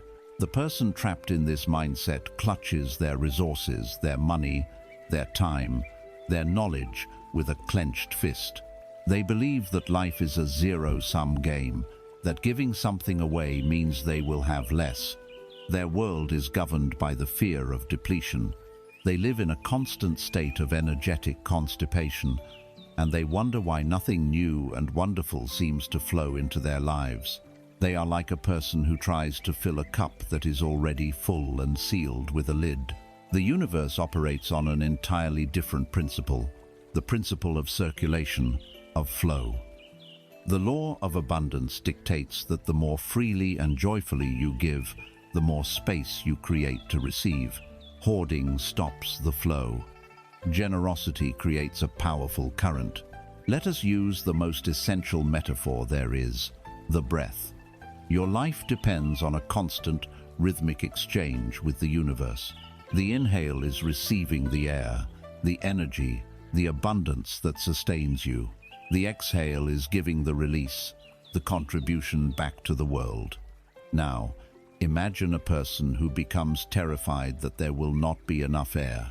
In a panic, they take a huge, deep breath, and then they hold it. They refuse to exhale, wanting to hoard the air they have. What happens? Their face turns red, their lungs begin to burn, their body screams in distress. In their desperate attempt to secure their supply, they have cut themselves off from the very process that keeps them alive. This is the energetic state of the person who hoards their money, their time, or their love. They are spiritually suffocating themselves with the fear of lack. The act of giving is the exhale. It is an act of release, of letting go. But it is more than that. It is an act of profound trust. Every time you exhale, your body does so with the innate, unshakable faith that the next inhale is guaranteed. It does not panic. It does not worry. It simply releases, knowing that the universe will provide the next breath. Generosity is a spiritual exhale. It is you signaling to the great mirror of reality, I trust. I believe in an infinite supply. I have so much that I can give this away freely, knowing that more will come. True wealth is not measured by how much you can accumulate and hold. It is measured by how much you can allow to flow through you. You are not meant to be a stagnant pond. You are meant to be a river, a conduit through which the abundance of the universe can flow. It is vital to understand that this currency of generosity is not limited to money. You can begin to practice this divine economics right now, regardless of your financial situation. In fact, practicing with non-financial currencies is what builds the muscle and the mindset for greater financial flow. What can you give? You can give your focused attention. In a world of constant distraction, to put down your phone, to look someone in the eyes, and to truly listen to them without formulating your own response is an incredible act of generosity. You are giving them the gift of your presence. You can give your knowledge. When you learn something, teach it to someone else. When you have a skill, share it freely with someone who is struggling. This act does not diminish your knowledge, it deepens it. It signals to the universe, I am a source of wisdom and value, and the mirror must reflect more opportunities for you to be that. You can give your kindness, a genuine compliment, a heartfelt word of encouragement to someone who is struggling, a warm smile to a stranger on the street. These are not small things. They are powerful broadcasts on the frequency of abundance. They are declarations that you have such an overflow of inner peace and joy that you can afford to give it away with no expectation of return. The universe hears this declaration and rushes to give you more experiences that match it. And yes, you can give money, but the energy with which you give it is everything. Many people give from a place of obligation, guilt, or fear. They write the charity check with a knot in their stomach, their mind full of scarcity. This sends a confused, muddled signal. The act is one of giving, but the vibration is one of lack. To truly harness this power, you must give with joy. Whether it is a single dollar to a homeless person or a large donation to a cause you believe in, the feeling must be one of happy release, of celebrating your own ability to contribute, of genuine excitement for the good that the money will do. Giving with joy is an unambiguous signal to the universe. I am abundant. I am a source. There is more than enough where this came from. The ancient practice of tithing, of giving away a set percentage of your income, is not a religious commandment to be followed out of fear. It is a powerful spiritual technology for creating and sustaining flow. It is a disciplined practice of the exhale. It is a conscious decision to keep the channel between you and the universal supply open and clear. It is you, proving through your actions that you trust the laws of circulation more than you trust the fears of scarcity. By consistently creating a vacuum through giving, you are commanding the universe to rush in and fill that space, often in new and unexpected ways. This is not a transactional trick. You do not give $10 in order to get 100 back. That is still the mind of scarcity, attempting to bargain with the infinite. You give for the pure joy of participating in the flow. The receiving is simply the natural consequence of the law, just as the inhale is the natural consequence of the exhale. Your focus is on the joy of the exhale. Crucially, this must come from a feeling of overflow, not sacrifice. Sacrifice says, I am giving you something I need, and now I have less. Generosity says, I am sharing from my abundance, and we are all lifted in the process. Even if you have very little, you can adopt the consciousness of overflow. You give the compliment as if you have 1,000 more to give. You give the dollar as if your wallet is connected to an infinite vault. It is the feeling, the vibration, the state of being the generous one that the mirror of reality reflects. Wealth is not a static object you possess. It is a current you participate in. Think of the river. The river is not wealthy because it holds onto all the water. The river is powerful and alive because it is constantly letting go, constantly flowing. You are that river. Let go of the need to hoard. Become a conduit for the flow of good in the world. The more you allow to flow through you to others, the more the universe will pour into you to sustain that beautiful, life-giving current. This joyful act of giving and the trusting act of receiving are the two core steps in a magnificent cosmic dance. But to dance well, to move with grace and power, you cannot be stiff, rigid, or desperately attached to a specific outcome. You must learn to lead with clear intention, but follow with fluid trust. You must learn the steps to the most advanced choreography of all. You must learn the dance of detachment. We have explored the beautiful, life-affirming law of generosity, understanding that to receive, we must joyfully give. We have learned to become a conduit for the river of abundance, participating in its sacred flow. But to navigate this powerful current, to dance with the universe without stumbling, we must learn the final and most graceful step. We must master the paradox of being completely committed, yet utterly detached. We must learn the dance of detachment. Our scarcity-driven world teaches us that to get what we want, we must grip it tightly. We must control every variable, manage every outcome, and live in a state of constant vigilance. This desperate need for control is not a sign of strength. It is the ultimate expression of fear. It is a declaration to the universe that you do not trust it. It is the clenching of a fist around water. The more tightly you squeeze, the faster it slips through your fingers. This energy of attachment, of neediness, of I must have this specific thing in this specific way by this specific time, creates immense energetic resistance. It is a static charge of anxiety that repels the very thing you desire. True creative power lies in a seemingly contradictory state. 100% commitment to the action, paired with 100% detachment from the outcome. This is not carelessness. It is not apathy. It is the highest form of faith. It is the serene confidence of a master who understands the sacred division of labor in the universe. Your job is the intention and the action. The universe's job is the timing and the form of the result. Let us use the metaphor of planting a seed.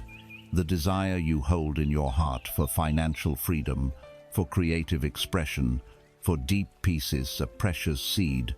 The first step, your commitment, is to plant this seed with clarity and love in the fertile soil of your consciousness. We have done this through our visualizations and affirmations. Your commitment continues in the daily tending of this seed. You must water it with your focus and positive emotion. You must ensure it gets sunlight by maintaining your high vibrational state. You must pull the weeds of doubt and limiting beliefs that sprout up around it. This is your work. It is essential.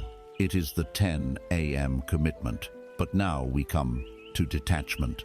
Imagine an anxious farmer who plants a seed and is consumed by attachment to the outcome.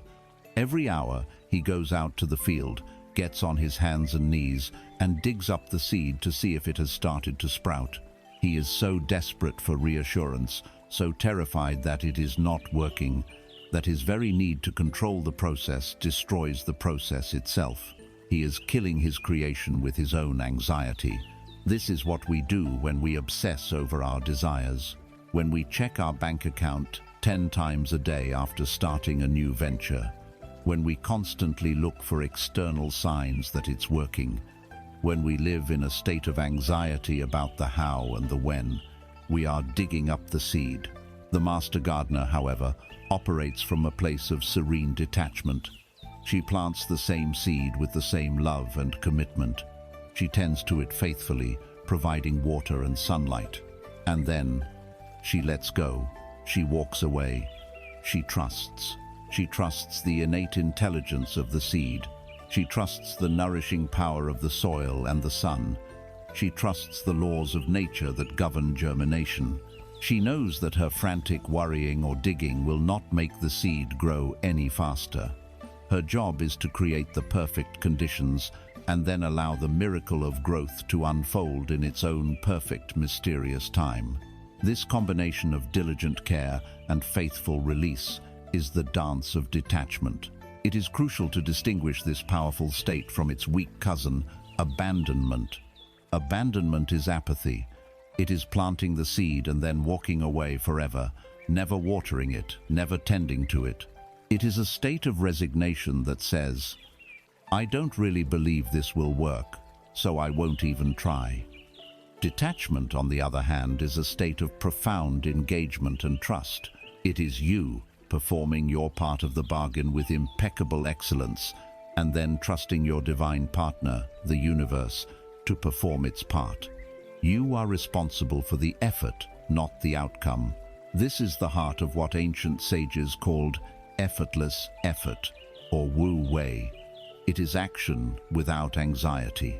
It is the state of being in the zone, where you are so immersed in the joy of the process itself that the outcome becomes secondary. So how do we cultivate this state in a practical way? First, when you set your intention, you can add a powerful releasing phrase at the end. This, or something better, now manifests for the good of all concerned. This simple addition releases your ego's white-knuckled grip on the specific form of the outcome. It acknowledges that the infinite intelligence of the universe may have a far grander, more beautiful plan for you than your limited mind can conceive. It opens the door for miracles you haven't even thought to ask for. Second, you must fall in love with the process, not just the prize. Find the joy in the daily actions of tending your garden. Find the pleasure in the act of writing, the act of creating, the act of serving, the act of learning.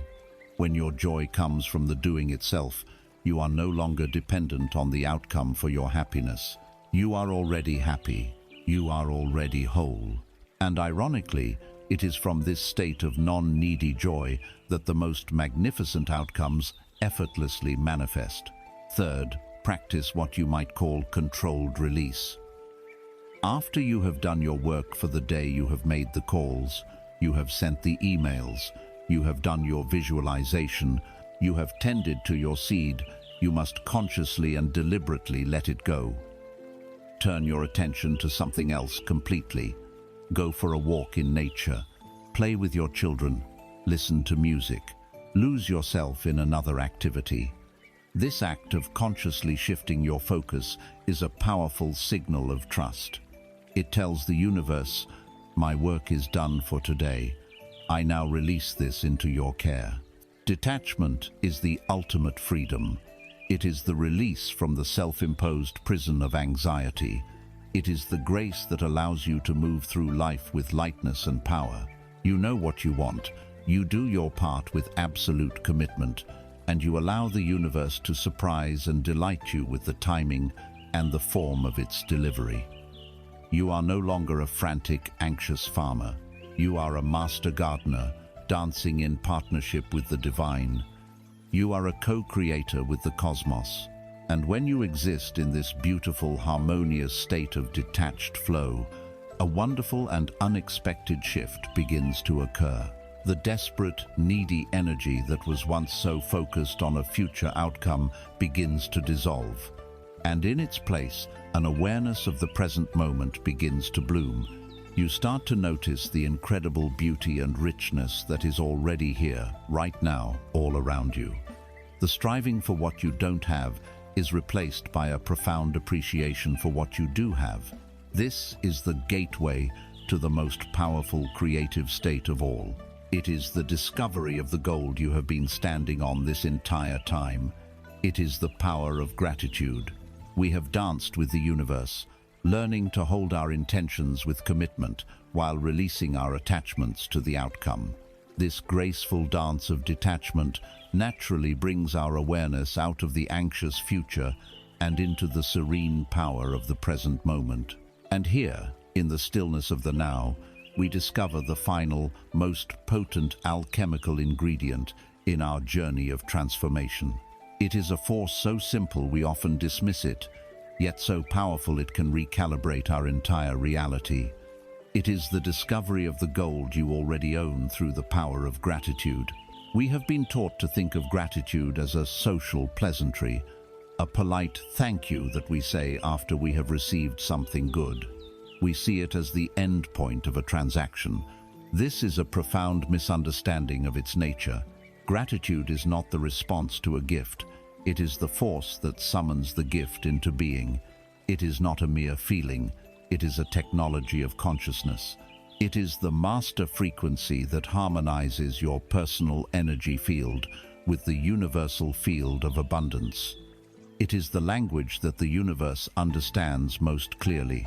Imagine you are living in a vast, magnificent treasure room. The room is filled from floor to ceiling with shimmering gold coins, brilliant gemstones, priceless works of art, and chests overflowing with every good thing you could ever desire. The tragedy is, the lights are off. You have been living in this room your entire life, but in complete darkness. You stumble around, feeling only the cold floor and the empty space. You complain about the darkness, the emptiness, the lack. You feel desperately poor and deprived, all while being surrounded by unimaginable wealth. This is the state of the mind that is not attuned to gratitude.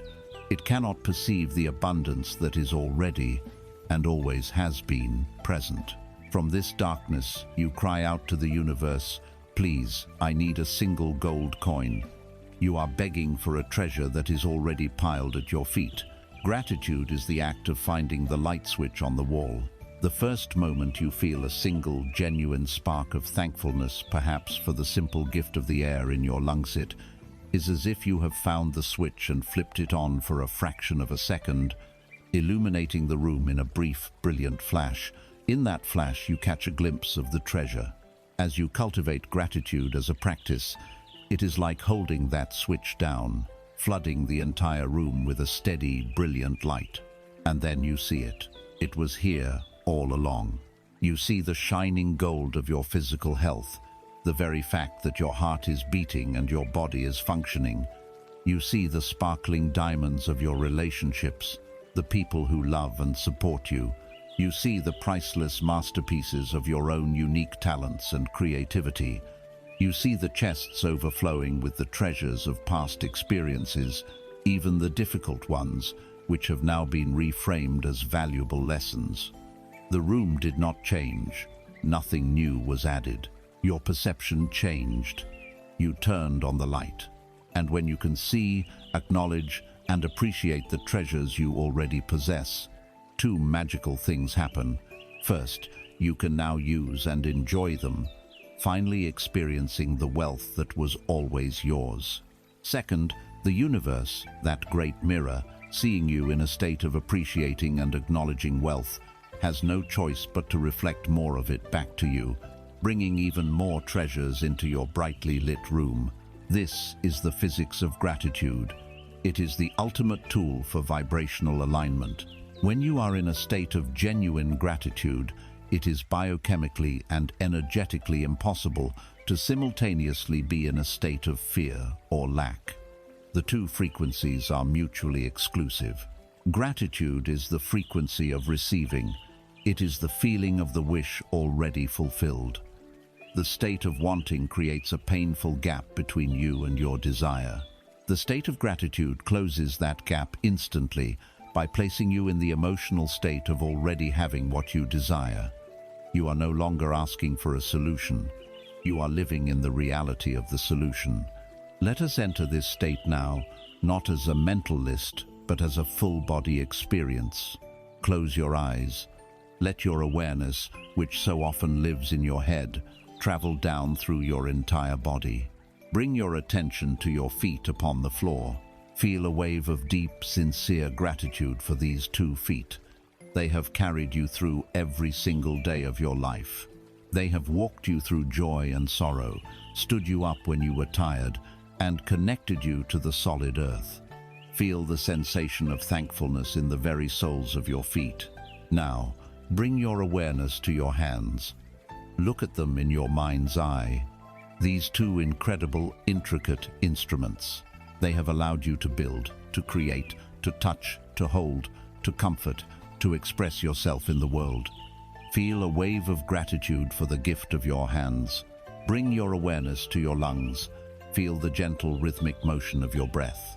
This process, so vital to your existence, happens automatically, a constant gift from the universe, asking nothing in return. Feel gratitude for the air that fills you, the very essence of life flowing in and out of your being. Bring your awareness to your beating heart. Place your hand over it if you wish. This faithful, tireless muscle has been beating for you every second of every day since before you were born. It is the drumbeat of your life.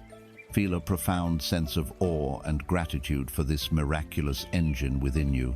Now, expand your awareness to your immediate surroundings.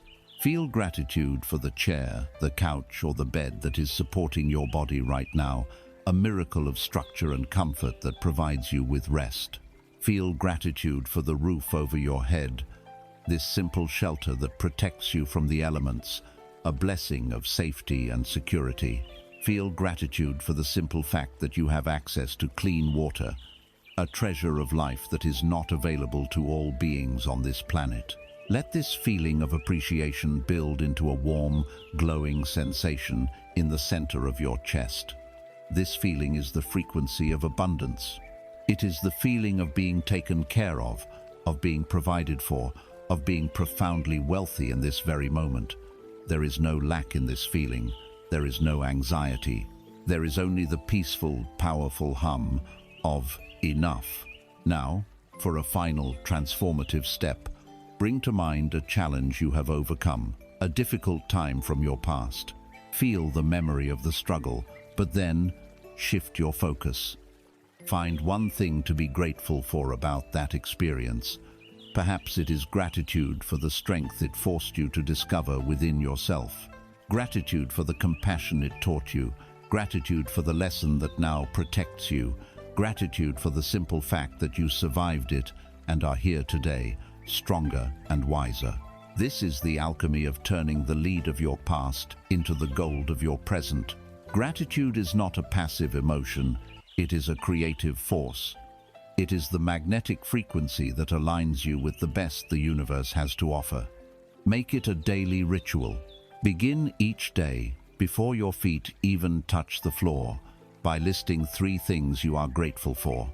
End each day by writing down the day's gifts. This is not a chore. It is your most important creative work. You are tuning your instrument. You are turning on the light. In the end, you will realize that gratitude is not the polite response to receiving abundance. Gratitude is the abundance. The feeling itself is the treasure you have been seeking. When you live in a state of gratitude, you have already arrived. Everything else that flows into your life is simply a bonus, a joyful confirmation from the universe, reflecting back to you the beautiful, abundant truth of who you have chosen to be.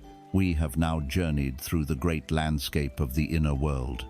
We have gathered the tools of a conscious creator, but a toolkit is meant to be used. These principles are not abstract theories to be admired. They must be woven together, integrated into the fabric of your moment-to-moment existence, until they are no longer things you do, but simply who you are. It is time now to step fully into this new identity. It is time to learn how to live the rewired life. We have reached the final bend in our shared river, arriving at the shore of a new understanding. We have journeyed through the mind, the heart, and the body. We have gathered the tools, learned the principles, and faced the inner dragons of fear and limitation. And now, we must speak of what comes next. For the end of this journey is not an end at all. It is a commencement. It is the beginning of you living the rewired life. This is the point where we must let go of the idea that this is a project to be completed. Rewiring your mind for riches is not like building a house where you finish the construction and then move in. It is like becoming a gardener. The work is never truly done, but it transforms from a frantic effort of clearing a thorny wilderness into a joyful daily practice of tending to a beautiful, thriving garden. The principles and techniques we have explored are not meant to be a checklist of chores.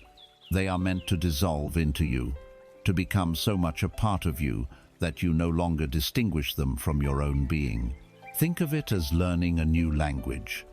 At the beginning of our journey, the language of abundance may have felt foreign and awkward. You had to consciously translate in your head. When you felt a pang of fear, you had to stop and think, okay, what is the reframe for this? I should use my anchor now. I need to practice gratitude. You had to look up the rules of grammar, the specific NLP techniques to structure your new reality. This is the necessary stage of conscious effort. But as you continue to practice, something miraculous happens. You stop translating. You begin to think in the new language.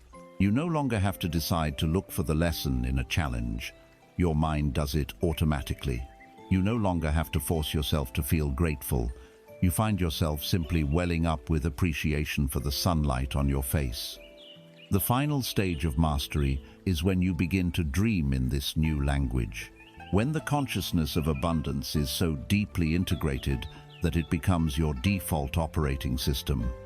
You no longer do these techniques. You are them.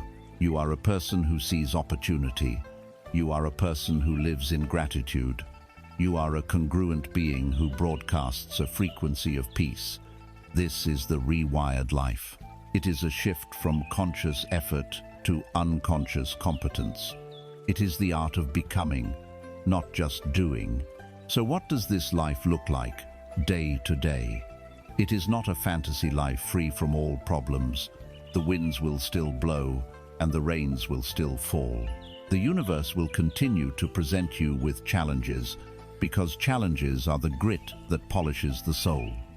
The difference is not in the absence of challenges, but in your response to them. When a challenge appears, your first reaction is no longer fear or victimhood. It is curiosity. It is a calm, centered feeling of, interesting, more feedback. What is this here to teach me? What opportunity is hidden inside of this? You meet life with the serene confidence of a master sailor who does not curse the wind, but simply adjusts their sails. In the rewired life, your decisions become simpler, clearer. The old, agonizing civil war between your head and your heart has ended in a peace treaty. You now listen to all three of your intelligences. Your head analyzes the strategy, your heart checks for alignment with your values, and your gut gives you the final, instinctual green light. You move forward not with conflicted hesitation, but with the quiet, unstoppable power of congruence. You trust your intuition because you know it is the whisper of your highest self. The frantic energy of the chase dissolves. You no longer live in a state of desperate doing. Your actions arise not from anxiety, but from inspiration. In the quiet moments of stillness you now cultivate, you receive intuitive nudges, creative ideas that feel like gifts. Your action becomes a joyful response to this inner guidance, rather than a fearful reaction to external pressure. This is the state of flow, where you produce your best work with the least amount of effort. In the rewired life, your very definition of riches has been transformed. You understand that financial wealth is just one facet of a much larger diamond. You pursue and cherish the wealth of time, the freedom to spend your days as you choose. You cultivate the wealth of health, the vitality of your physical body, your greatest ally. You nurture the wealth of relationships, deep, authentic connections built on love, not need. You bask in the wealth of peace, the profound inner stillness that cannot be bought at any price. And as you focus on cultivating this holistic, multifaceted wealth, you find that financial abundance becomes a natural, effortless byproduct. It flows to you easily because money, like all resources, is simply drawn to the energy of wholeness and joy. You become a source for others. Your own centeredness, your own peace, your own quiet confidence becomes a silent permission slip for those around you to find their own. You are no longer draining energy from the world with your anxiety and your wanting. You are contributing to it, simply by being a beacon of what is possible. Your presence becomes your greatest gift. As we conclude this journey of exploration, it is essential to remember the most important truth of all. This power, this creative genius, this divine spark was not given to you by me or by these words. It was, and always has been, your innate nature. We have not been building something new within you. We have simply been clearing away the dust and debris of false conditioning, the rubble of limiting beliefs, so that the magnificent truth of who you have always been could finally shine through. You are not becoming someone else. You are returning home to yourself. You now have the awareness. You have the tools. You understand the principles that govern the dance between your inner and outer worlds. You have the key. The rewired life is not a distant promise for a far-off future. It is a choice that is available to you in this very moment. It begins now. It begins with your next thought. It begins with your next breath.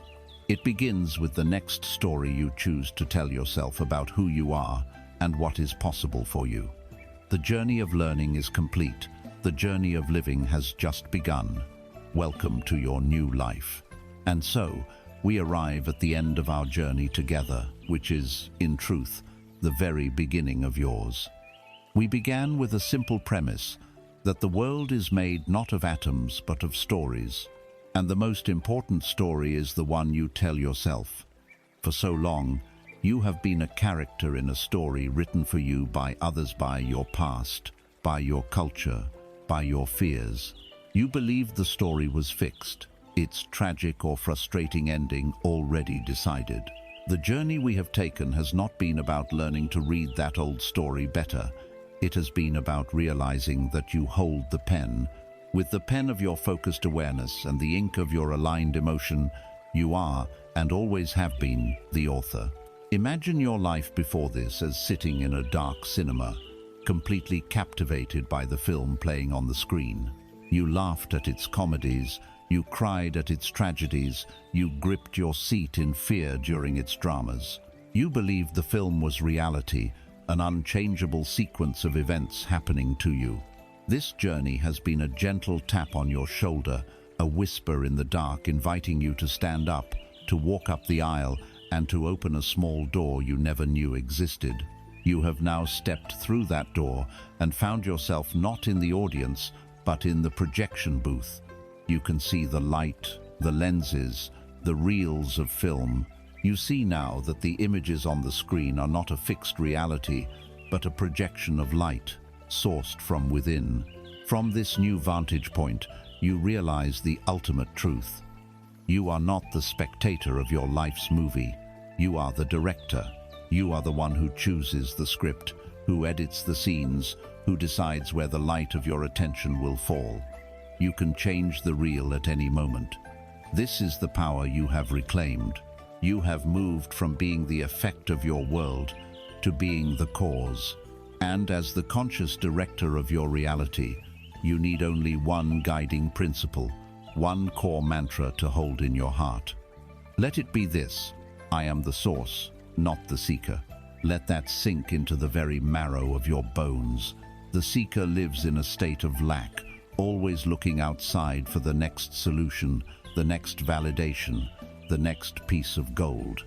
The source knows that all abundance, all peace, all love, all creativity flows from within. You are not looking for the light, you are the light. My world is my word made manifest. This is the ultimate acceptance of your creative power. It is the understanding that your inner state of being, your congruent belief system, your inner and outer word, is the cause, and your external reality is the effect, the manifestation. Your world is a perfect mirror of your word. Let these truths settle within you.